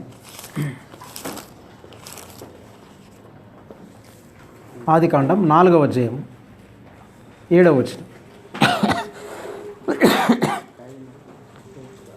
ఆదికాండం 4వ అధ్యాయం 7వ వచనం. నీవు సత్క్రియ చేసిన ఎడల తల ఎత్తుకొనువా, సత్క్రియ చేయని ఎడల వాకిట పాపము పొంచి ఉంది. చాలు అట్లాగా. అంటే యాక్చువల్గా ఏంటంటే outside the door of our heart there are 2 things. మన హృదయం అనే ద్వారము దగ్గరే, హృదయం అనే తలుపు దగ్గర 2 ఉంటాయి విషయాలు. ఒకటేంటంటే వాకిట పాపము పొంచియుండు. అంటే నువ్వు ఏమాత్రం దానికి సంధించినా, ఏమాత్రం డోర్ ఓపెన్ చేసినా ఏమవుతుంది చెప్పండి? పాపం ఎక్కడుంది? ఎక్కడో దూరంగా లేదు. నేను ఇప్పుడు 4 గంటలు ప్రార్థనలో ఉన్నాను కాబట్టి నేను ఇక పాపం చేయలేను, నేను పరిశుద్ధంగా ఉన్నాను, ఒక వారం రోజుల వరకు చల్తా అనుకోవడానికి లేదు. అంటే ఈ కాన్షియస్నెస్తో బ్రతకాలి మనం. అంటే పాపం ఎక్కడ ఉంటుందన్నమాట? మన హృదయం అనే ద్వారము దగ్గరే పాపము ఏముంటుంది? పాపము వాకిట పొంచి ఉంది. ఎప్పుడు ఏమాత్రం కనుక నువ్వు డోర్ తీస్తే నీ లోపలికి రావడానికి ట్రై చేస్తావు. అందుకని చాలామంది ఏం చేస్తుంటారంటే వాళ్ళ హృదయం అనే ద్వారాన్ని ఏం చేస్తుంటారు, ఏమాత్రం సంధించి ఏమాత్రం దాన్ని ఓపెన్ చేశారా, పాపం ఏం చేస్తుంది చెప్పండి, వెంటనే హృదయం లోపలికి వచ్చేస్తుంది. కాబట్టి ఈ కాన్షియస్నెస్తో కనుక మనం బ్రతికినప్పుడు, అంటే అందుకని constant fellowship, constant responsibility and accountability, constant prayer, constant intimacy with God, కాన్స్టెంట్గా రిజెక్టింగ్ ద వరల్డ్, లోకాన్ని మనం వ్యతిరేకించడం, ఇదంతా కూడా కాన్స్టెంట్గా మనం చేస్తూ, అంటే ఆ విషయాల్లో దేంట్లో కూడా మనం అపవాదికి లేకపోతే పాపానికి మనం ద్వారం తెరవకుండా ఉండాలి. ఎందుకంటే పాపం ఏం చేస్తుంది అనమాట, నెక్స్ట్ టు ద డోర్ పాపం ఉందన్నమాట. The moment when you open the door then immediately the sin will enter into your heart. అది అనమాట అర్థమైంది, నంబర్ 1. కాబట్టి consistency is very very important. అంటే స్థిరముగా constant fellowship and constant prayer and constant intimacy with God and constant reading the word of God, ఈ విధమైనటువంటి చేస్తున్నప్పుడు అంటే ఆ డోర్ తెరవద్దు. అందుకే అపవాదికి చోటు ఇయ్యకుడి. రెండవది ఏంటి చెప్పండి, అపవాదికి చోటు ఇయ్యకుడి. ఒకటి పాపం పొంచి ఉంది, రెండవది ఏముందన్నమాట, అపవాది పొంచి ఉన్నాడు. ఎవరున్నారు చెప్పండి? ఎఫెసీయులకు రాసిన పత్రిక 4వ అధ్యాయము, ఎఫెసీయులకు రాసిన పత్రిక 4వ అధ్యాయము 27వ వచనం చూడండి.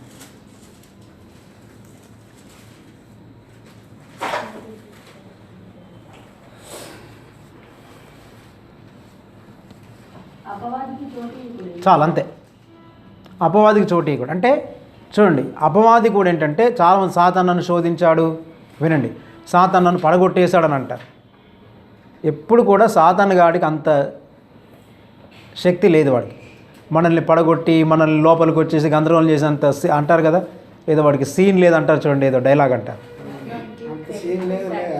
అంటే మనం వాడికి అవకాశం ఇస్తే కానీ వాడు రాడు మన దగ్గరికి. అర్థమైందండి? నువ్వు ఇవ్వాలి అవకాశం, నువ్వు అవకాశం ఇస్తే వస్తాడు.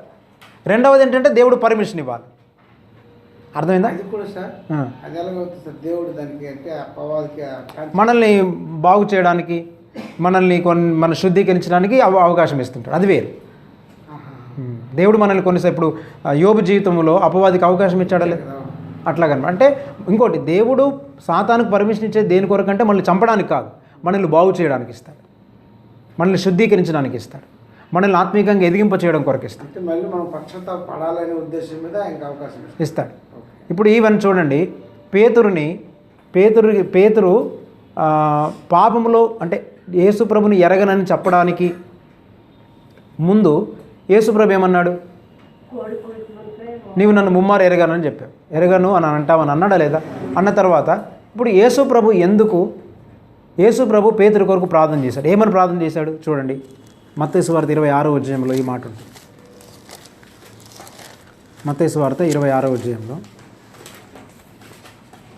నేను నీ కొరకు ప్రార్థన చేశానంట.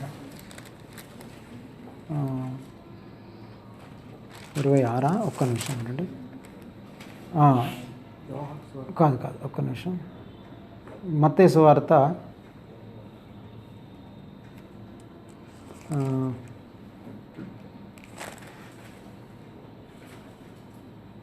నేను నీ కొరకు ప్రార్థించాను అనేది ఎక్కడంటాడు ఆ మాట?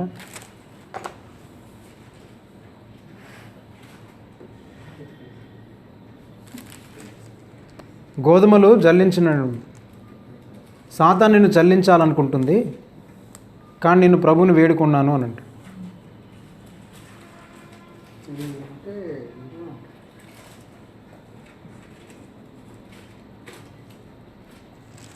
ఒక్క నిమిషం, అది 18వ అధ్యాయం చూడండి.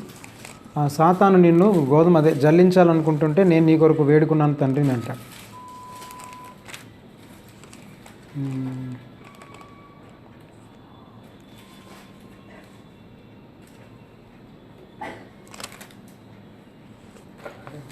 ఎవరు ఎరిగినా నేను నిన్ను ఎరగను ప్రభు అని అంటాడు. కానీ ఒక్క నిమిషం,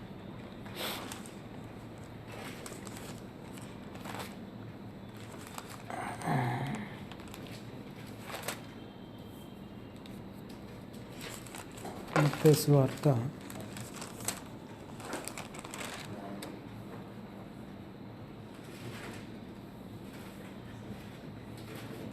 చూడండి,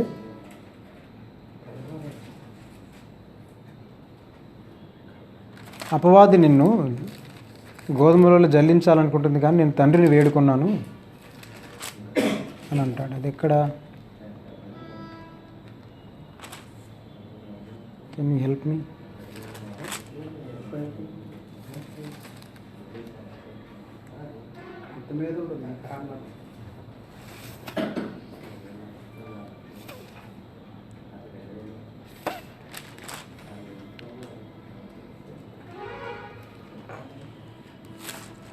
లూకాసు వార్తలను చూడండి, లేకపోతే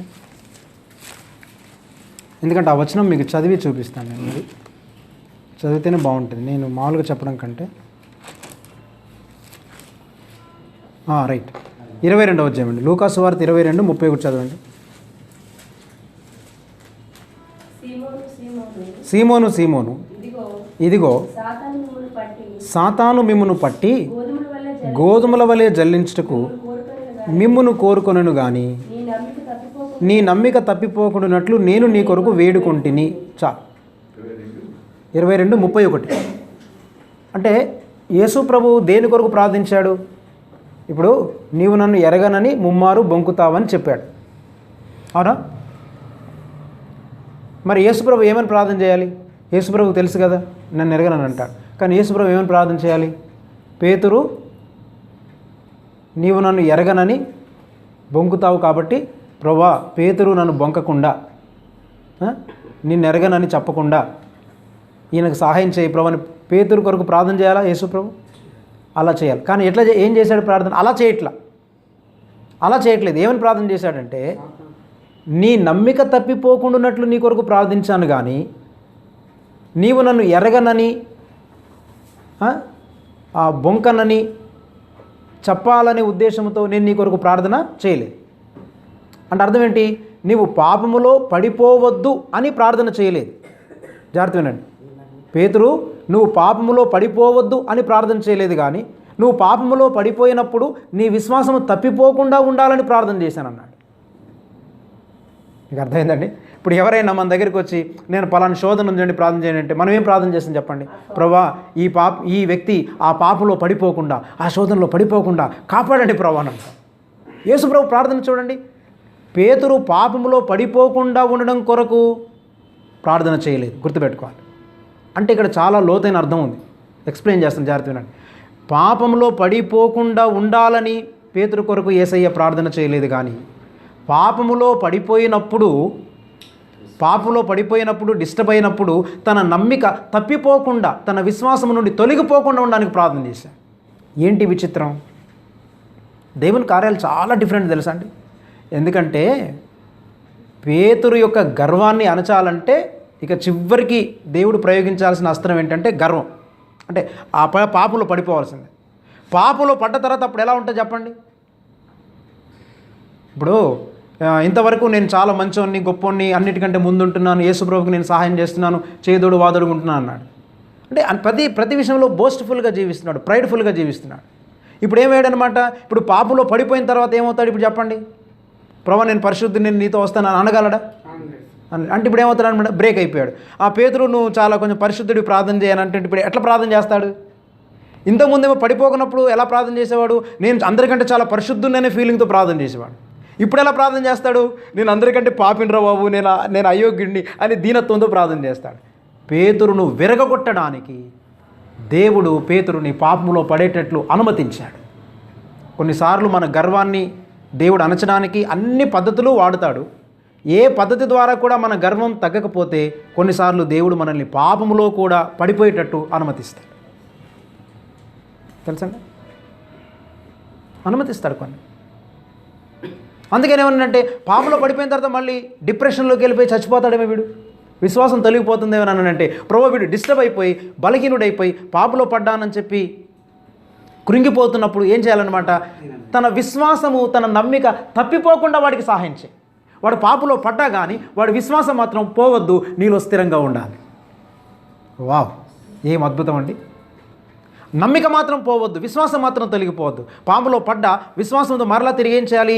తిరిగి లేవగలగాలి ప్రభా. సరే, దేవుడు ఒక్కొక్క వ్యక్తిని ఒక్కొక్క విధంగా నలగొడతాడు, ఒక్కొక్క విధంగా విరగొడతాడు. లేకపోతే నీ పొగరు, నీ గర్వాన్ని అణచడం చాలా కష్టం. నేను చాలా భక్తిపరుణ్ణి, నేను చాలా మంచి మినిస్ట్రీ చేస్తాను, నేను గొప్ప పాస్టర్ని, నేను చాలామందిని నడిపించగలుగుతున్నాను, చాలా చోట్ల ప్రసంగం చేయగలుగుతున్నాను, I'm a good teacher, I'm a good mother, నేను చాలా మంచి మదర్ని తెలుసా, నా పిల్లల్ని ఎంత బాగా పెంచాను. ఓహో నీ అతిశయమా? నీ అతిశయాన్ని అనగొట్టడానికి God will allow sometimes into some kind of sin. అంటే అది అల్టిమేట్, అందరినీ పాపంలో పడగొట్టాడు, అది అల్టిమేట్ అనమాట. ఏదో రేర్గా జరుగుతుంటుంది కొంతమంది జీవితాల్లో. కానీ దేవుడు ఏం, మన గర్వాన్ని అనచడానికి కొన్ని వేరు పరిస్థితులు మనకు అనుమతిస్తుంటాడు. ఆ పరిస్థితులు అట్టర్ ఫెయిల్యూర్ అయిపోతుంటాం. అందుకే కొన్నిసార్లు డిఫికల్ట్ కొడుకుని ఇస్తాడు, ఎందుకు? నిన్ను విరగొట్టాలని. డిఫికల్ట్ కూతురుని ఇస్తాడు, నిన్ను విరగొట్టడానికి. లేదా డిఫికల్ట్ హస్బెండ్ని ఇస్తాడు, నిన్ను విరగొట్టడానికి. డిఫికల్ట్ వైఫ్ని ఇస్తాడు, నిన్ను విరగొట్టడానికి. కొన్నిసార్లు డిఫికల్ట్ పాస్టర్ని కూడా ఇస్తాడు, మనల్ని విరగొట్టడానికి. అర్థమైందండి? అందుకని దేవుడు ఏం చేస్తుంటాడంటే, నేను గుడ్ మదర్ అనుకుంటున్నావా? నీవు అతిశయపడుతున్నావు. నేను గుడ్ వైఫ్ని అనుకుంటున్నావా? ఓహో అతిశయపడుతున్నావు. నేను గుడ్ హస్బెండ్ని, నేను నా భార్యను బాగా ప్రేమిస్తాను అని అనుకుంటున్నావా? గుడ్ హస్బెండ్ అనుకుంటున్నావా? So there is a pride in your life. I'm a good father to my children అనుకుంటున్నావా? So there is a pride in your life. I'm a good pastor అనుకుంటున్నావా? There is a pride in your life. You think that I'm a good minister అనుకుంటున్నావా? There is a pride in your life. I'm a very good writer అనుకుంటున్నావా? There is a pride in your life. I'm a good worker అనుకుంటున్నావా? There is a pride in your life. నేను మంచి పరిచారకుని అనుకుంటున్నావా? నీలో గర్వం ఉంది. నేను మంచి సింగర్ అనుకో, గర్వం ఉంది. అందుకని గర్విష్ఠుల యొక్క గర్వమును అణచువాడు దేవుడు. మనం ఎలా జీవించాలంటే, ప్రభువా అతిశయము లేదు నా జీవితంలో, నాలో ఉన్న ప్రతి అతిశయం అంతా కూడా విరగొట్టబడాలి. గర్విష్ఠుల గర్వమును అణచువాడు కదా యెహోవా.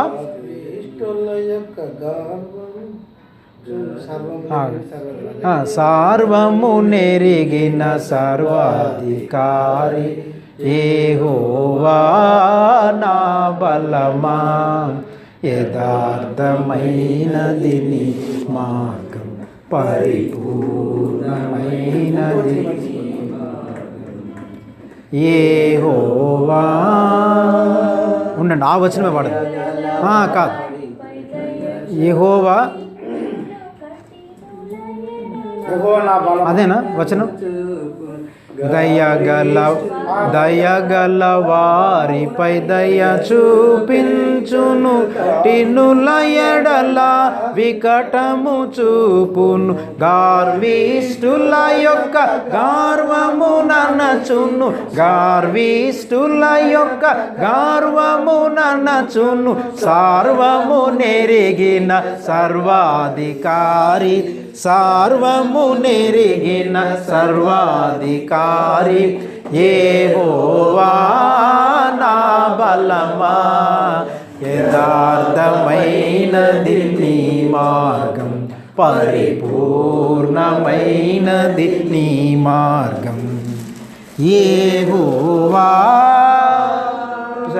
యెహోవా నీ మార్గము పరిపూర్ణమైనది. ఎట్లా పరిపూర్ణమైనది? పాపములో పడగొట్టడం పరిపూర్ణమైనదా? ఎస్.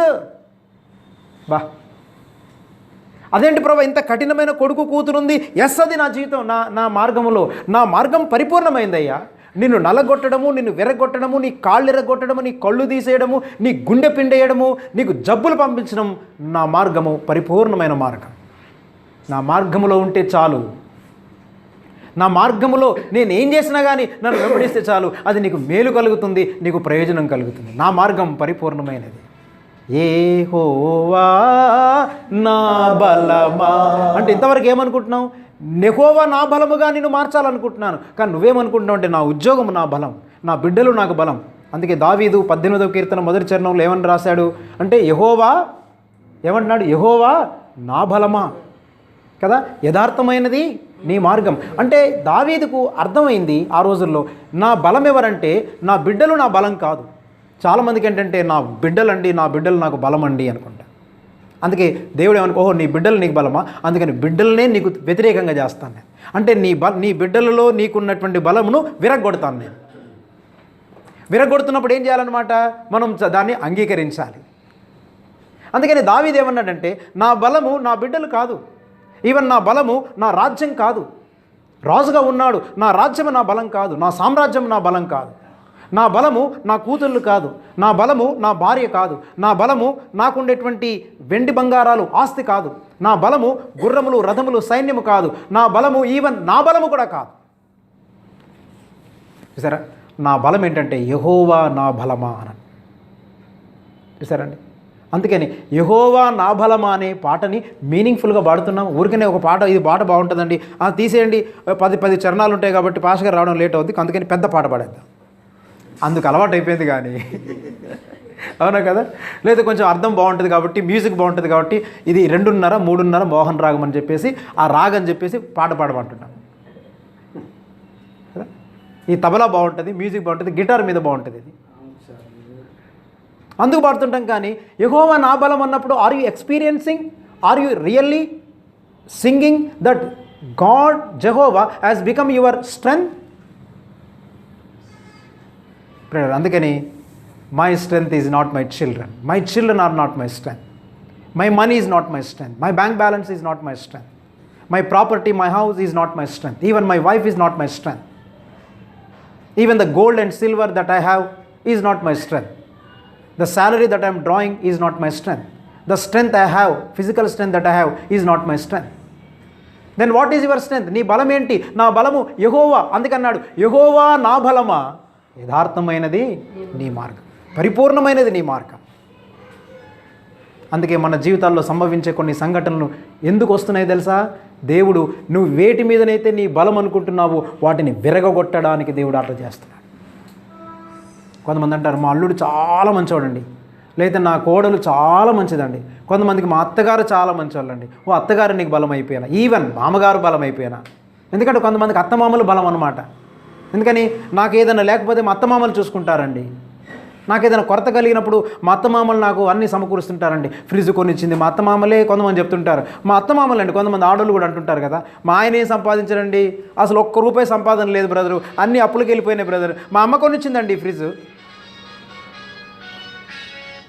సైలెంట్లో పెట్టండి. ఇంకా ఏమండి మా అమ్మ కొనిచ్చిందండి ఫ్రిడ్జ్, ఫ్యాన్లు చూడండి మా అమ్మ తెచ్చిందండి, మొన్న ఈ మధ్య పాస్టర్ గారు అదే ఏసీ అండి మా నాన్నగారు ఇచ్చారండి. అంటే అన్నీ వాళ్ళు ఇచ్చారు. ఓహో నీ బలము మీ అమ్మ నాన్న అన్నమాట.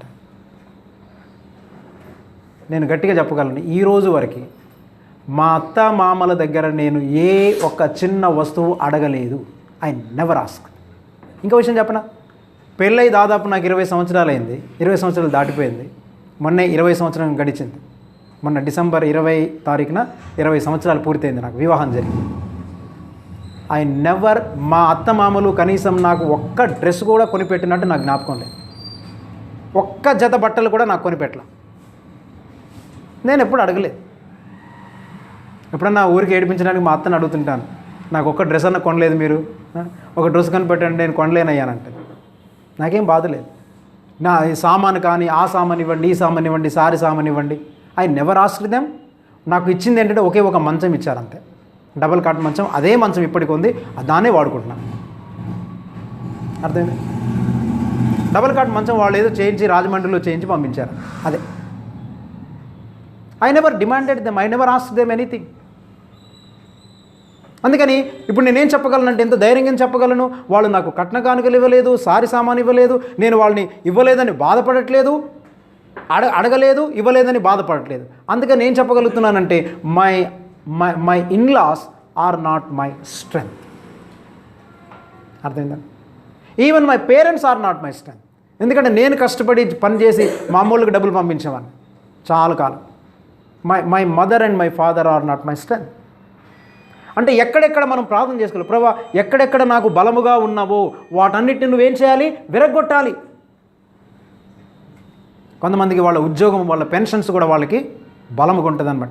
Not even my pension, not even my job, not even my secular job is not my strength. అర్థమైందండి? అందుకే దేవుడు ఏం చేస్తుంటాడంటే, పేతురుని ఏం చేశాడంటే, వీడు ఇలా కాదు, బాగా ప్రగల్భాలు పలుకుతున్నాడు, ప్రభా ఎవరికి సంభవించినా కానీ నువ్వు మాత్రం సిలువ చెంతకు వెళ్ళకూడదు ప్రభా అన్నాడు. ఎవడు కాదన్నా కానీ నేను మాత్రం కాదన్నాను ప్రభా, నేను మాత్రం బొంకను ప్రభా అని అన్నాడు. ఓహో అంత గర్వం ఉందా నీకు, చూస్తాను అన్నాడు. పేతురుతో అన్నాడు, పేతురు నీవు నన్ను ఎరగనని కోడి కోయిక మునుపు ముమ్మారు బొంకుతావు. వై గాడ్ అలౌడ్ హిమ్ అంటే, Jesus prayed not to fall in the sin. Jesus prayed not to fall in sin. అంటే పాపంలో పడిపోకూడదు అని యేసయ్య ప్రార్థన చేయలేదు. పాపంలో పడిపోయినప్పుడు విశ్వాసం నుండి తొలగిపోవద్దని ప్రార్థన చేశాడు. దేవునికి ఎంత ప్రేమ ఉందండి మన పట్ల. పాపంలో పడిపోయినా వాడు విశ్వాసం పోకుండా విశ్వాసమును స్థిరపరిచి ఆ గర్వాన్ని మాత్రమే అణిచి మనల్ని శుద్ధీకరించి మరలా తిరిగి రాబట్టడానికి. That is my Jesus. అర్థమయ్యాడు యేసయ్య మనకి? సరేండి, మనకు ఎంత ప్రేమ కలిగిన ప్రభువు ఉన్నాడు అంటే, ఒకటి, నువ్వు ఆయనకి పర్మిషన్ ఇచ్చినంత కాలం, నువ్వు ఆయన్ని వెంటాడాలనుకున్నంత కాలం, దేవా నాలో ఉండేటువంటి అపవిత్రతని కడగమన్నంత కాలం దేవుడు నిన్ను అంచెలంచెలుగా నిన్ను శుద్ధీకరిస్తుంటాడు. నేను చాలా కాలం అనుకున్నాను, నేను బాగా లావుగా ఉండేవాడిని, సన్నబడిపోయాను. కొన్ని సంవత్సరాలకు ప్రభా ఏంటి ప్రభా అందరు ఇంత లావుగా ఉన్నారు, నేను సన్నబడిపోయాను, నాకు ఐడెంటిటీ పోయింది, నన్ను ఎవరు గుర్తించట్లేదు అని పాస్టే అంటలేదు, అందరూ డొక్కోడా సన్నోడా బక్కోడా అంటున్నారు, ఏంటి నా పరిస్థితి అని నేను చాలా కాలం బాధపడ్డాను. ఒకరోజు మా అపార్ట్మెంట్ ముందు నిలబడితే లుంగి కట్టుకున్నాను, టీ షర్ట్ వేసుకొని నిలబడ్డాను అనమాట. నిలబడితే ఒకడు కారోడు వచ్చాడనమాట. వచ్చేసి వాచ్మెన్ ఇక్కడ ఏదన్నా ఇల్లు ఖాళీ ఉందా అని అడిగాను. లిటరల్గా చెప్తున్నా, ఈ అపార్ట్మెంట్ వాచ్మెన్ నువ్వేనా అని అన్నాడు. ఈ మాట ఈ అపార్ట్మెంట్ వాచ్మెన్ నువ్వేనా అన్నాడు. అని కొంచెం ఆ కార్ తీసేయమని చెప్పవని అన్నాడు. ఏమండి, I was the lecturer, I did my MTech. ఏమండి, బైబిల్ నాలెడ్జ్ ఉంది, అన్నీ ఉన్నాయి, పాస్టరు. ఇలా ఉండి నేను నన్ను చూసి ఒక్కసారి ఆయన చూసి ఏమనుకున్నానంటే, Lord what is this? God wanted to break my pride. అందుకే దేవుని వాక్యాన్ని బట్టి చెప్పగలుగుతున్నాను, ఐ డోంట్ హ్యావ్ ఎనీ అతిశయం. దేనిని బట్టి అతిశయించకుండా చేశాడు. నీకు పర్సనాలిటీ ఉంటే, బాగా మంచి ఫిజిక్ ఉంటే అతిశయించేవాడివి, అవసరమైతే దేవుని వాక్యం వినకపోతే కొట్టేవాడివి. ఇప్పుడు కొట్టలేవు నువ్వు ఎవరిని. ఇలాంటి సంఘటనలు చాలా ఉన్నాయి. Watchmen, yes Lord, I'm a true watchmen to the society, to the people of my church అననివ్వండి. అందుకే దావీదు అన్నట్టు చీపో అని షిమి తిడుతున్నప్పుడు దావీదు ఏమన్నాడు, యెహోవా వానికి సెలవిచ్చి ఉన్నాడు కనుక వానిని తిట్టనివ్వండి. యెహోవా సెలవిచ్చాడు. అందుకే దేవుడు మనకు జరిగే సంఘటనని ఎందుకు ఇలాంటి భయంకరమైన సంఘటనలు జరుగుతుంటాయంటే because God is allowing those circumstances to happen in our lives. మన జీవితాలలో అవి జరగడానికి దేవుడు అనుమతిస్తున్నాడు. ఎందుకు అనుమతిస్తున్నాడు? మనల్ని కృంగదీయడానికి కాదు, మన మన మన మన యొక్క గర్వాన్ని, మన అహంకారాన్ని విరగగొట్టి, మనల్ని శుద్ధీకరించి, మనల్ని నూతనపరిచి, మన విశ్వాసాన్ని స్థిరపరచడానికి దేవుడు ఇలాంటి వాటిని అనుమతిస్తున్నాడు. అర్థమైందండి? ఇప్పుడు మీకు అర్థమైందా యేసయ్య చేసిన ప్రార్థన ఏంటో? నీ నమ్మిక తప్పిపోకుండా ఉండాలని ప్రార్థన చేశానయ్యా. నువ్వు అనుకుంటున్నావు పేతురు, నువ్వు డిప్రెషన్లోకి వెళ్ళిపోయి పడిపోయి విశ్వాసం తొలగిపోయేదని పొరవ ఏంటి, నా బతుకులు అయిపోయిందని అనుకుంటున్నావా? లేదు లేదు, నిన్ను పట్టుకున్నాను పేతురు, పిలిచానయ్యా, నేను విడిచిపెడతాను అనుకున్నావా? కానీ నేను ఎలాంటి ఉన్నంటే నీ గర్వాన్ని అంచేంత వరకు నిన్ను నలగొడితేనే ఉంటాను. ఇప్పుడు చూడండి, పేతురు సీన్ మారిపోయింది. ఎట్లా మారిపోయిందంటే చాలా జాగ్రత్త వినండి. ఇప్పుడు ఇక్కడ విరిగిపోయాడు కదా, అందరి దగ్గర ఎరగనని ముమ్మారు బొంకిన తర్వాత యేసుప్రభు అంటే నాకు తెలియదు అన్నాడు. యేసుప్రభు వెంక చూశాడు. యేసుప్రభు అక్కడే ఉన్నాడు. నిన్ను ఎరగనని చెప్పేసి నాకు యేసుప్రభు ఆయన కూడా తెలియదండి అని అలా చూశాడు. లాస్ట్ పదం పలికిన తర్వాత ఒక్కసారి యేసయ్య చెప్పిన మాటలు ఆయనకి స్ట్రైక్ అయ్యాయి. ఏమన్నాడు చెప్పండి? పేతురు సంతాపపడి ఏడ్చుచు. పేతురు సంతాపపడి యేసయ్యను ఒక్కసారి చూడగానే ఆ యేసు ప్రభు తన గురించి చెప్పిన మాటలు జ్ఞాపకమునకు తెచ్చుకొని సంతాపపడి ఏడ్చుచు అతడు వెలుపలికి వెళ్ళిపోయాను. టామిల్ బైబిల్లో ఎలా ఉందట, ఒక ఆయన చెప్పాడు, టామిల్ బైబిల్ ఎలా ఉందటంటే పేతురు సంతాపపడి ఏడ్చననే మాట ఎలా ఉందటంటే పేతురు తన గుండెను పిండుకొని ఏడ్చాడట. పేతురు తన గుండెను పిండేసేసుకున్నాడట. చి ప్రభా, ఎంత దౌర్భాగ్యుడని ప్రభా. యేసు ప్రభును ఎరగనని చెప్పే పాపం లోకములో ఉన్న వ్యభిచారము కంటే, నరహత్య కంటే, లోకంలో ఉన్నటువంటి భయంకరమైన పాపాలన్నిటికంటే కూడా ఇది అతి భయంకరమైన పాపం. యేసయ్య ఎవడో నాకు తెలియదు అంటే ఇంకేంటండి? వ్యభిచారం చేసిన వాడైనా రక్షణ పొందొచ్చు, నరహత్య చేసిన వాడికైనా రక్షణ పొందొచ్చు, అవకాశం ఉంది. కానీ అసలు యేసయ్య నువ్వే నాకు తెలియదు పో అంటే వాడిని ఎవడు రక్షిస్తాడు? అంత భయంకరమైన పాపం చేసినప్పుడు పేతురు తన గుండెను పిండుకున్నాడట. చరిత్రలో రాయబడిన మరొక సత్యం చెప్పనివ్వండి. ఇంకో సత్యం ఏం చెప్పారో తెలుసా? పేతురు జీవితంలోనట ఎప్పుడైతే పేతురు నేను ఎరగనని చెప్పేసరికి కోడి కూసింది. ముమ్మారు నేను ఎరగనని చెప్పేసరికి అప్పుడు కోడి కొక్కరొక్కో అని కూసినప్పుడు అప్పుడు అతనికి స్ట్రైక్ అయిందనమాట. నా యేసయ్య నా గురించి చెప్పిన మాటలు నిజంగా నెరవేర్చబడ్డాయి, నేను ఇంత దౌర్భాగ్యున్నా, నా ప్రభుని ఎరగనని చెప్పానా అని ఏడ్చాడట. చరిత్రలో రాయబడింది ఏంటంటే పేతురు బ్రతికినంత కాలమట, దాదాపు 66 సంవత్సరాలు కాలం బ్రతికాడు పేతురు. తాను 67 అనుకోడు, 68 సంవత్సరాల కాలం బ్రతికాడు, ఎక్కువ కాలం బ్రతికాడు. ఈ 67-68 సంవత్సరాలు బ్రతికినంత కాలము కోడి కూసినప్పుడల్లా పేతురు పశ్చాత్తాపడి ఏడ్చేవాడట. ఎప్పుడు కోడి కూస్తప్పుడు పేతురు పడబడమని ఏడ్చేసేవాడట. నా ప్రభువుని, నా రక్షకుణ్ణి ఎరగనని చెప్పిన దౌర్భాగ్యనని పశ్చాత్తాపడ్డాడట. అది that is the true repentance. చూసారా? ఇప్పుడు పేతురు జీవితంలో గర్వం వస్తుంది ఏమైనా? కోడి కూసినప్పుడు ఎక్కడ కోడి కొక్కరొక్కమని కూస్తుంటే అక్కడ ఏడ్చేవాడట, ప్రభా నేను అప్పగించిన వాడని ప్రభా. అలాంటి పశ్చాత్తాపము తనలో పుట్టించి తనను వెంబడించేవాడిగా చేయాలని యేసయ్య కోరుకున్నాడు. అది తీసుకురాగలిగాడు. చూసారా? మనకు అలాంటి పశ్చాత్తాపం ఉందా? మనం కొంచెం వాక్యం చెప్పడం వస్తే మనంత మనగాడు లేడు, మనం కొంచెం పాట పాడడం వస్తే మనంత మ్యూజిషియన్ సింగర్ లేడు, మనకు 4 దరువులు తెలిస్తే చాలు నా అంత గ్రేట్ మ్యూజిషియన్ అని చెప్పేసుకుంటాం. నీకు 4 పాటలు రాయడం వస్తే నేను పెద్ద రైటర్ని అని చెప్పుకుంటాం. ఒక పుస్తకం రాస్తావో లేదు నేను పెద్ద రైటర్ని అని చెప్పుకుంటాం. చిన్న ఉద్యోగం దొరికిందో లేదో నా అంత గొప్ప ఉద్యోగస్తులు లేడు అనుకుంటాం. 4 డబ్బులు వస్తాయో లేవో దేవుడు నన్ను బాగా దీవించాడు ప్రభా అని దేవుని దగ్గర మనుషుల దగ్గర గొప్పలు చెప్పుకుంటాం. నీకు 4 డబ్బులు ఇచ్చి 4 బట్టలు కనబడేసరికి నేను చాలా ధనవంతున్నండి, గొప్ప ఉండండి అని అందరినీ చిన్న చూపు చూస్తా. Never look down anyone. ఎవరిని కూడా తక్కువ అంచనా వేయదు, తక్కువ చిన్న చూపు చూడద్దు.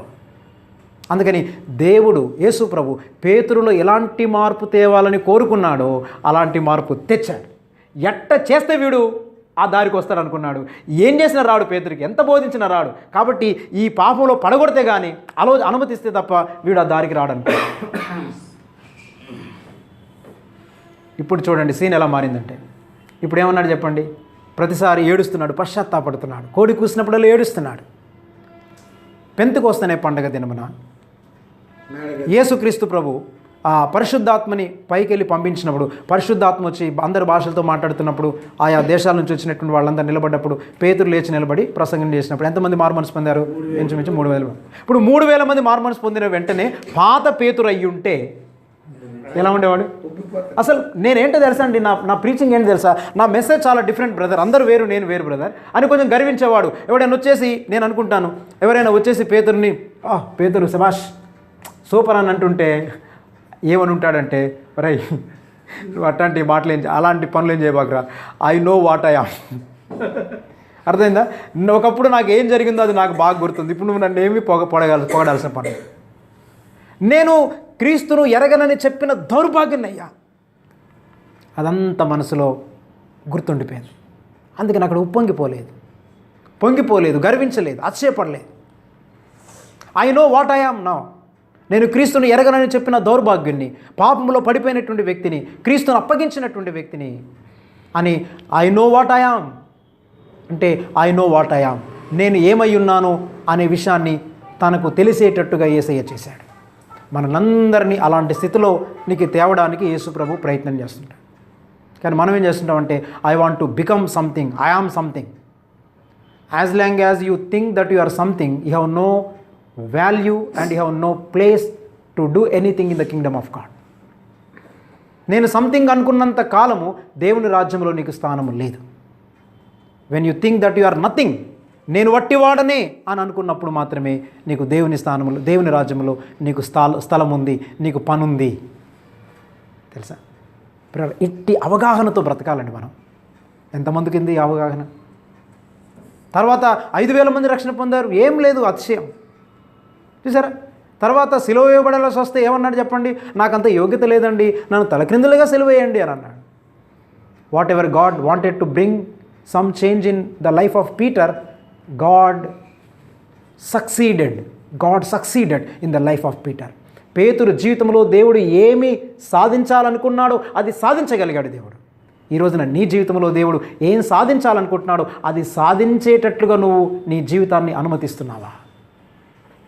ఎంతకాలం రెసిస్ట్ చేస్తుంటాం మనం, ఇది జరగొద్దు, నాకు ఇది రావద్దు, ఇది పోవాలి, అది పోవాలని. ఎంతసేపు మనం దాన్ని వ్యతిరేకిస్తుంటాం, దాన్ని దూరం చేయడానికి ట్రై చేస్తుంటాం. కానీ but we do not allow the lord to do something or let God succeed in my life. అర్థమవుతుందండి? దేవుడు నన్ను గెలవాలి, దేవుడు తన కోరిన మెట్టులోనికి నన్ను తీసుకొని రావాలని ఎంతమంది ప్రయత్నం చేయగలుగుతున్నారు? అది అన్నమాట. ఇది అర్థమైందండి మీ అందరికీ? పేతురు ఎంత గొప్ప మార్పు వచ్చింది. పేతురు జీవితంలో చాలా అద్భుతమైనటువంటి ఎంత తగ్గింపు వచ్చింది తన జీవితంలో.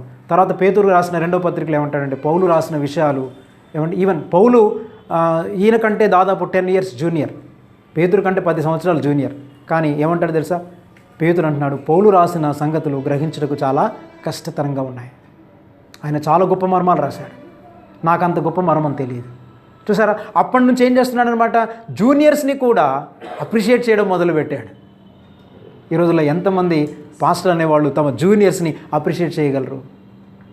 ఏమయ్య కుర్రకుంక నిన్న కాక మొన్నొచ్చో నీకేం తెలుసు, నేను పెద్ద పాస్టర్, నాకు తెలుసు, నోర్మై అనే పాస్టర్లు ఉన్నారు. కానీ అయ్యా నువ్వు చిన్నవాడివైనా దేవుని జ్ఞానం నీలో ఉందయ్యా. చూసారా? పేతురులో ఇప్పుడు ఎలాంటి తగ్గింపు వచ్చింది? 3,000 మంది రక్షణ పొందినా పెద్ద ఎగ్జైట్మెంట్ ఏం లేదు, 5,000 మంది రక్షణ పొందినా ఎగ్జైట్మెంట్ ఏం లేదు. పౌలు పేతురును గద్దించినా కానీ పేతురు ఏమీ బాధపడట్లేదు, నువ్వు చిన్నోడివి, నువ్వు నన్ను ఎట్లా గద్దిస్తావని తిరగబడలేదు.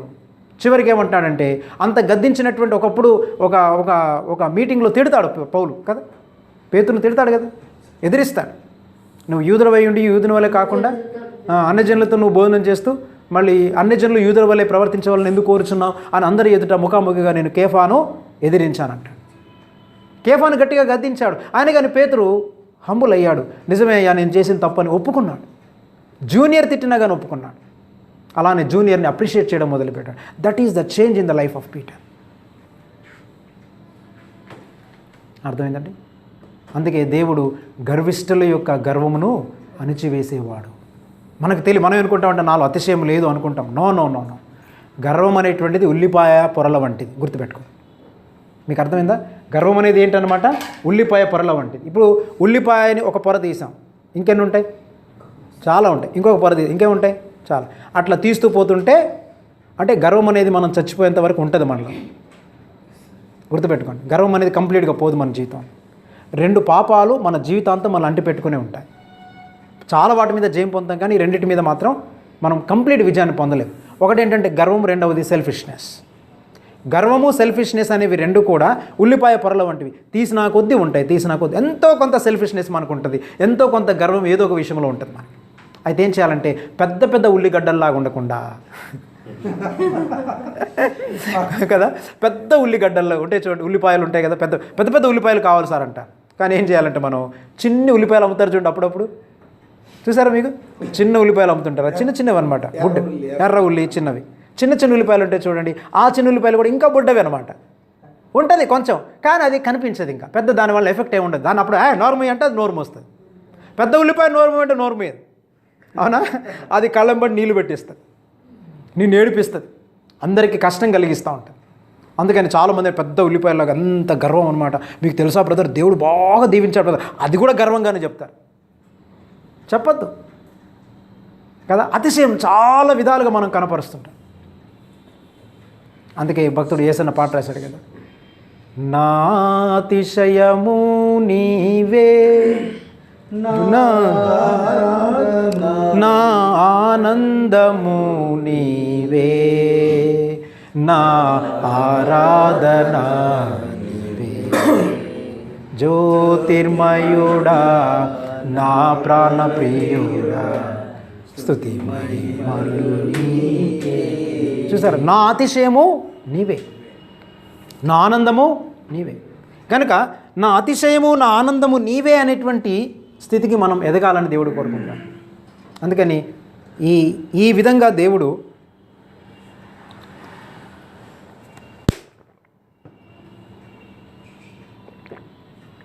మనల్ని తన సారూప్యతలోనికి మార్చడానికి ఎన్ని పనులైనా చేస్తాడు. అందుకని బైబిల్ ఏం చెప్తుంది, మనం రెండు విషయాల్లో జాగ్రత్తగా ఉండాలి. 2 నెక్స్ట్ వెంటనే ఉంటాయి. డోర్ పక్కనే ఉండేవి ఏంటంటే, ఒకటేముంటుంది చెప్పండి, పాపం ఒకటి అంటే ద్వారము వాకిట పొంచి ఉన్నదేంటి, పాపం. వాకిట పొంచి ఉన్నదేంటి, పాపం. రెండవది ఏముంటుందన్నమాట, అపవాది ఉంటాడు. అపవాదికి చోటు ఇయ్యకుడి. ఎప్పుడు తలుపు తీస్తే అడుగు పెడదామని చూస్తుంటాడు, తలుపు తీసిన వెంటనే అడుగు పెట్టాలని చూస్తుంటాడు.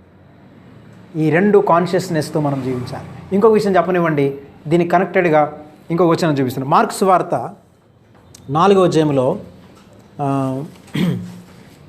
ఎందుకు పడిపోతున్నారు అంటే 3వ విషయం కూడా చూపిస్తాను. వీడు అవకాశం ఇస్తే ఏం జరుగుతుందనంటే, మార్కు సువార్త 4వ అధ్యాయము 15వ వచనం. అందరు ఒక్క నిమిషం, అందరూ బైబిల్ తీశారండి. బైబిల్ ఉన్న వాళ్ళు అందరూ తీయండి, చదవండి. త్రోవ ప్రక్కన ఉండు వారు ఎవరనగా, వాక్యము వారిలో విత్తబడును గాని వారు వినిన వెంటనే సాతాను వచ్చి వారిలో విత్తబడిన వాక్యం ఎత్తుకొని పోను. చూసారా, అంటే వాక్యం విన్న వెంటనే మన దగ్గరికి వచ్చేది ఎవరు? సాతాను వస్తాడు. ఎందుకు ఎత్తుకుపోతున్నాడు వాడు? ఇప్పుడు చెప్పండి, సింపుల్ ఆన్సర్. ఎందుకు ఎత్తుకుపోతున్నాడు? పడిన వెంటనే ఎత్తుకుపోతున్నాడు వాడు. ఎందుకని మనం డోర్ ఓపెన్ చేసి పెడుతున్నాం. అంతేనా? ఏం చేస్తున్నాం చెప్పండి? మా ద్వారాలు అందరికీ ఎప్పుడు ఎల్లవేళలా తెరిచే ఉంటాయి సార్. అది అన్నదమ్ములు అక్క చెల్లెల మధ్యలో చెప్పండి. మా ద్వారా మిగతా వాళ్ళకి మాత్రం మూసేస్తాం అందరికీ. పాస్టర్ గారు ఎప్పుడు మా డోర్లని మీకు ఓపెన్ చేసి ఉంటే అంటారు చూడండి, అది పర్వాలా. కానీ మనుషులందరికీ ఓపెన్ చేసి పెడతాం. కానీ ఏమండి, సారీ, కొంతమంది మనుషులందరికీ క్లోజ్ చేసి పెడతారు, ఎవరు రాకూడదు, కొంతమందిని అనుమతిస్తాం. కానీ సాతాను గాడికి మాత్రం ఏం చేస్తుంటాం? హృదయమైన ద్వారం మాత్రం ఎప్పుడూ తెరిచే ఉంటుంది. అందుకని అపవాదం ఏంటంటే, అందుకని ఇది నేర్చుకోవాలి. నువ్వు వాక్యం, ఇప్పుడు మీరు ఇంత వాక్యం విన్నారు కదా, వాక్యం విన్న వెంటనే మీ దగ్గరికి ఎవడో వాడు కాచుకొని ఉన్నాడు అక్కడ. వాడు ఫస్ట్ వచ్చేది ఎవడంటే, వాడు విత్తిన వాక్యం అంతటినీ టకటక ఎత్తుకొని పోతాడనమాట. ఎప్పుడు ఎత్తుకుపోతాడు చెప్పండి? ఎప్పుడైతే నీ డోర్ని నువ్వు ఓపెన్గా పెడతావో అప్పుడు వాడు ఏం చేస్తుంటాడు? వాడు వాక్యము వినిన వెంటనే వచ్చి విత్తనాన్ని ఎత్తుకుపోతుంటాడు. వాక్యం వెళ్ళిపోతుంటే ఇక నువ్వు ఎట్లా రెసిస్ట్ చేయగలవు? ఏ విధంగా నువ్వు సాతాన్ని ఎదిరించగలవు? అర్థమవుతుందా? సాతాన్ని ఎదిరించాలంటే ఎలా ఎదిరించగలం మనం? వాక్యం అనే ఆయుధంతో. మరి వాక్యమైన ఆయుధంతో మనం ఆ వాక్యమే లేకపోయినప్పుడు నువ్వు ఎలా ఎదిరించగలవు? అందుకని ఏం చేస్తున్నాడంటే నువ్వు అపవాదికి చోటిస్తున్నావు కాబట్టి వాడు నీ హృదయంలోనికి దూరి నిన్ను రకరకాలుగా పాపంలో పడేస్తున్నాడు. అర్థమైంది కదండి? అందుకే ఈ రెండు చాలా ముఖ్యమైన విషయాలు. కనుక నెక్స్ట్ ద డోర్ ఎవరు ఉంటాడనమాట? ఒకటి పాపం ఉంటుంది, రెండవది సాతాను ఉంటాడు. కనుక నువ్వు ఎప్పుడైతే the moment when you open the door 2 things will enter into your heart. అందుకని మనము హృదయం అనేటువంటి ద్వారాన్ని పాపానికి కానీ సాతాను కానీ మనమెన్నడూ తెరవద్దు, దానికి అవకాశము ఇవ్వద్దు. ఇవ్వకుండా నీవు దేవుని మీద ఆధారపడి ఇప్పుడు మీరు చెప్పినవన్నీ ఇప్పుడు వర్తిస్తాయి. మనం డోర్ తెరవకుండా అప్పుడు ఏం చేయాలి? ఫెలోషిప్ చేస్తూ, ప్రార్థన చేస్తూ, లోకాశయాల్ని చంపుకుంటూ, అర్థమైందా, ఒకరినొకరు బలపరుచుకుంటూ దేవునితో సహవాసం కలిగి జీవిస్తున్నప్పుడు ఏమవుతుంది? అవన్నీ ఫలిస్తాయి. అంతేగాని డోర్ ఓపెన్ పెట్టేసి కుక్క రాకుండా ఉండాలంటే ఎలాగా? అన్నం అక్కడ పెట్టేసి డోర్ ఓపెన్ చేసేసి కుక్క రాకుండా ఉండాలంటే డోర్ ఓపెన్ చేసి పెట్టావు, ఆటోమేటిక్గా వచ్చేస్తుంది అది. సహవాసం ఉంది బ్రదర్, ప్రేయర్ చేస్తున్నాను బ్రదర్, అయినా కానీ నేను పాపంలో పడిపోతున్నాను బ్రదర్, అయినా కానీ ఎందుకో ఈ బలహీనత వస్తుంది, ఎందుకో నాకు తెలియట్లేదు బ్రదర్ అని అంటారు చాలామంది. ఇప్పుడు మీకు అర్థమైందా ఎందుకు అవుతుంది తెలుసా? ఆన్సర్ ఏంటంటే నువ్వు ఆల్రెడీ ఓపెన్ చేయకూడని స్థలంలో డోర్ని ఓపెన్ చేసి పెట్టేశావు. ఇప్పుడు ఇవన్నీ చేస్తున్నావు, అయినా కానీ పడిపోతున్నావు, అయినా శోధించబడుతున్నావు. కారణం ఏంటంటే because you have open the door open చేశావు. కాబట్టి ఫస్ట్ క్లోజ్ ద డోర్. దయచేసి మీ తలుపు మూయండి కదా. లిఫ్ట్స్లో ఏముంటే చెప్పండి, ప్లీజ్ క్లోజ్ ద డోర్. దయచేసి ఈ గేటును మూసివేయండి, అప్పుడే నువ్వు పైకి వెళ్తావు, లేకపోతే ఆడే ఉంటావు. ఏం Pradeep, today we are very serious. ఏం లేదా? ఏమైనా అన్నావా? ప్రదీప్ చాలా సీరియస్గా ఉన్నాడు, చూసారా? కాబట్టి ఇది అన్నమాట. అందుకని మనం శిష్యులం అవ్వాలి యాక్చువల్గా. సరే, శిష్యులు అవ్వాలంటే ఇప్పుడు ఏం చేయాలి మీరు చెప్పండి? మేస్త్రి దగ్గర నేర్చుకోవాలి. వారానికి ఒకసారి వచ్చి రాసుకొని వెళ్ళిపోవడం కాదు. నిన్నట్లేదు అంటే కొంతమంది ఏం చేస్తుంటారంటే వారానికి ఒకసారి వచ్చి లేదు ఏదైనా ప్రసంగం ఫోన్లో చెప్పేస్తే వినేసి రాసేసుకొని వెళ్ళిపోయి వాళ్ళకి వీళ్ళకి చెప్పడం కాదు. ఏం చేయాలి? మనం దగ్గరుండి నేర్చుకోవాలి. అఫ్కోర్స్ మీలో కొంతమంది దగ్గరుండి నేర్చుకుంటున్నారు, బట్ చాలామంది నేర్చుకోవట్లేదు. సరే, నా దగ్గరికే రానక్కర్లేదు, మీకు ఇంకెవరైనా క్లోజ్ ఫ్రెండ్స్ ఉంటే వాళ్ళ దగ్గరికి వెళ్ళండి, వాళ్ళ దగ్గర కూర్చోండి, జాగ్రత్తగా ఒక మెంటార్ని పెట్టుకోండి. ఎవరో ఒకరు మీకు ఒక గురువుగారు అనేవాళ్ళు ఉండడం మంచిది. వాళ్ళ దగ్గర కూర్చొని మీ బాధలన్నీ చెప్పుకొని మిమ్మల్ని అర్థం చేసుకొని మిమ్మల్ని సరిదిద్ది తిట్టాలి. మిమ్మల్ని అలాంటి వాళ్ళు కావాలి, పొగిడే వాళ్ళు కాదు, మళ్ళీ మిమ్మల్ని తిట్టాలి. ఏమయ్యా బుర్ర బుద్ధి లేదా అనగలిగేటువంటి వాళ్ళు ఒకళ్ళు ఉండాలి నీకు. అప్పుడు నీ జీవితం బాగుంటుంది. నన్ను ఏమనకూడదు, నన్ను చాలా గౌరవించాలి, నన్ను అసలు ఒక చిన్న మాట అంటే నేను బాధపడకూడదు, కుదరదు అలాగా. మీకు ఎలాంటి వాళ్ళు ఉండాలంటే మా గురుగారు లాంటి వాళ్ళు ఉండాలి. అర్థమైందా? స్ట్రైట్ ఫార్వర్డ్గా ముక్కుసూటిగా తిట్టేసి గదివేటువంటి వాళ్ళు ఉంటే అప్పుడు మనం బాగుపడతాం.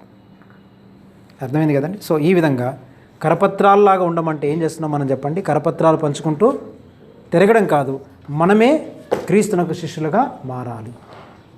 ఓకే, సో ఏమైనా మీరు అడగాలనుకుంటే 1-2 విషయాలు అడగవచ్చు, లేకపోతే మనం ప్రార్థనతో మనం ముగించుకోవాలి. Anything you want to ask anything. ఇప్పుడు నేను చెప్పిన దాంట్లో ఏదైనా మీకు సందేహాలు ఉంటే, మీకు ఏమైనా క్లారిఫికేషన్ ఇంకా కావాలంటే మీరు అడగచ్చు. ఈ దుష్టుడితో మనం పడిపోవడం అనేటటువంటిది సమ్టైమ్స్ గాడ్ విల్ అలౌ అనేటటువంటి విషయాన్ని మీరు బోధించారు. మరి అటువంటిప్పుడు ప్రభు ఈ లోకంలో జీవించేటప్పుడు God has allowed any simple nature. యేసు ప్రభువులో సిన్ఫుల్ నేచర్ ఉందనా? అదే అడుగుతున్నా. అదే వినండి. ఆయన మనకి ఎలా చూస్తున్నాడు అనేటప్పుడు అవును, మరి ప్రభుకి ఎందుకు అనుమతించాడని ప్రభుకి ఎప్పుడైనా ఎలా చేశారా? ప్రభుకు అందుకే మనం మత్తయి సువార్త 4వ అధ్యాయంలో అదే చూస్తాం కదా. యేసు ప్రభు కొండ మీద శోధించబడ్డాడు కదా. ఆయన ఉపవాసం ఉన్నప్పుడు రాళ్ళని రొట్టెలుగా చేయమని అంటాడు కదా అపవాది వచ్చి. ఆయన మిగులు ఎత్తైన కొండ మీదకి తీసుకొని పోయి ఈ మత్తయి 4వ అధ్యాయంలో 3 శోధనలు ఉన్నాయి కదండి. గుర్తుందా లేదు మీకు? 3 శోధనలు 3 సార్లు శోధిస్తాడు కదా 3 ఏరియాస్లో. ఒకటి ఈ రాళ్ళను రొట్టెలుగా చేసుకుని తినమంటాడు. రెండవది ఏంటంటే ఎత్తైన కొండ మీదకి తీసుకెళ్ళిపోయి ఈ చక్రం మీద నుంచి దూకమంటాడు. మూడవది లోకరాజ్యాలను నీకు ఇస్తానంటాడు. సో అక్కడ కూడా దేవుడు యేసు ప్రభుని టెస్ట్ చేశాడు. అంటే without testing, God will never use us in the ministry without tests. మనల్ని పరీక్షించకుండా దేవుడు మనల్ని పనిలో పెట్టుకోడు, పనిలో వాడుకోడు. ఆ విధంగా ఎందుకు ఆ టెస్ట్ చేయాల్సి వచ్చింది? యేసు ప్రభులో పాపం ఉందని కాదు, నాట్ బికాస్ ఆఫ్ పాపం. మనలో అందరం కూడా సిన్ఫుల్ నేచర్ ఉంది మనకి, కానీ యేసు ప్రభులో సిన్ఫుల్ నేచర్ కాదు. ఆయన ఎందుకు శోధించాడంటే ఆయన సంపూర్ణమైన మానవుడికి వచ్చాడు కదా. ఒక పర్ఫెక్ట్ మానవుడిగా ఈ లోకములో జీవించాలంటే ఆయన మన వలనే అన్ని విషయములలో శోధించబడినను పాపము లేనివాడుగా జీవించాడు.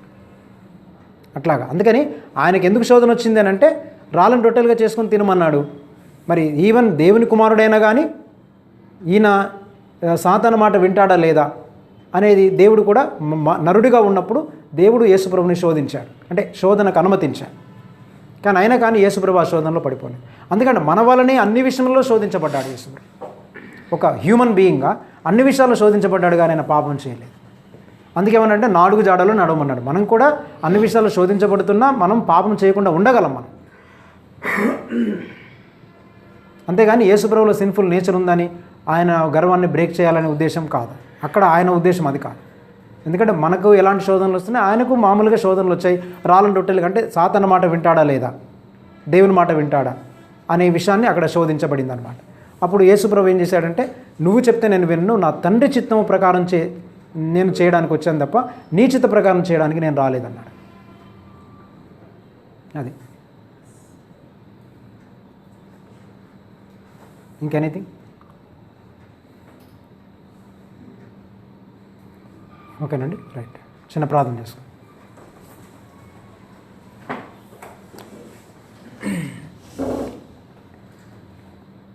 మనమందరం కూడా ప్రభువు మనతో మాట్లాడిన మాటల్ని జ్ఞాపకం చేసుకొని ప్రార్థన చేసుకుందాం. ప్రేమ కలిగిన మా తండ్రి, జీవం కలిగిన ఆయన, వందనాలు చెల్లిస్తున్నాం.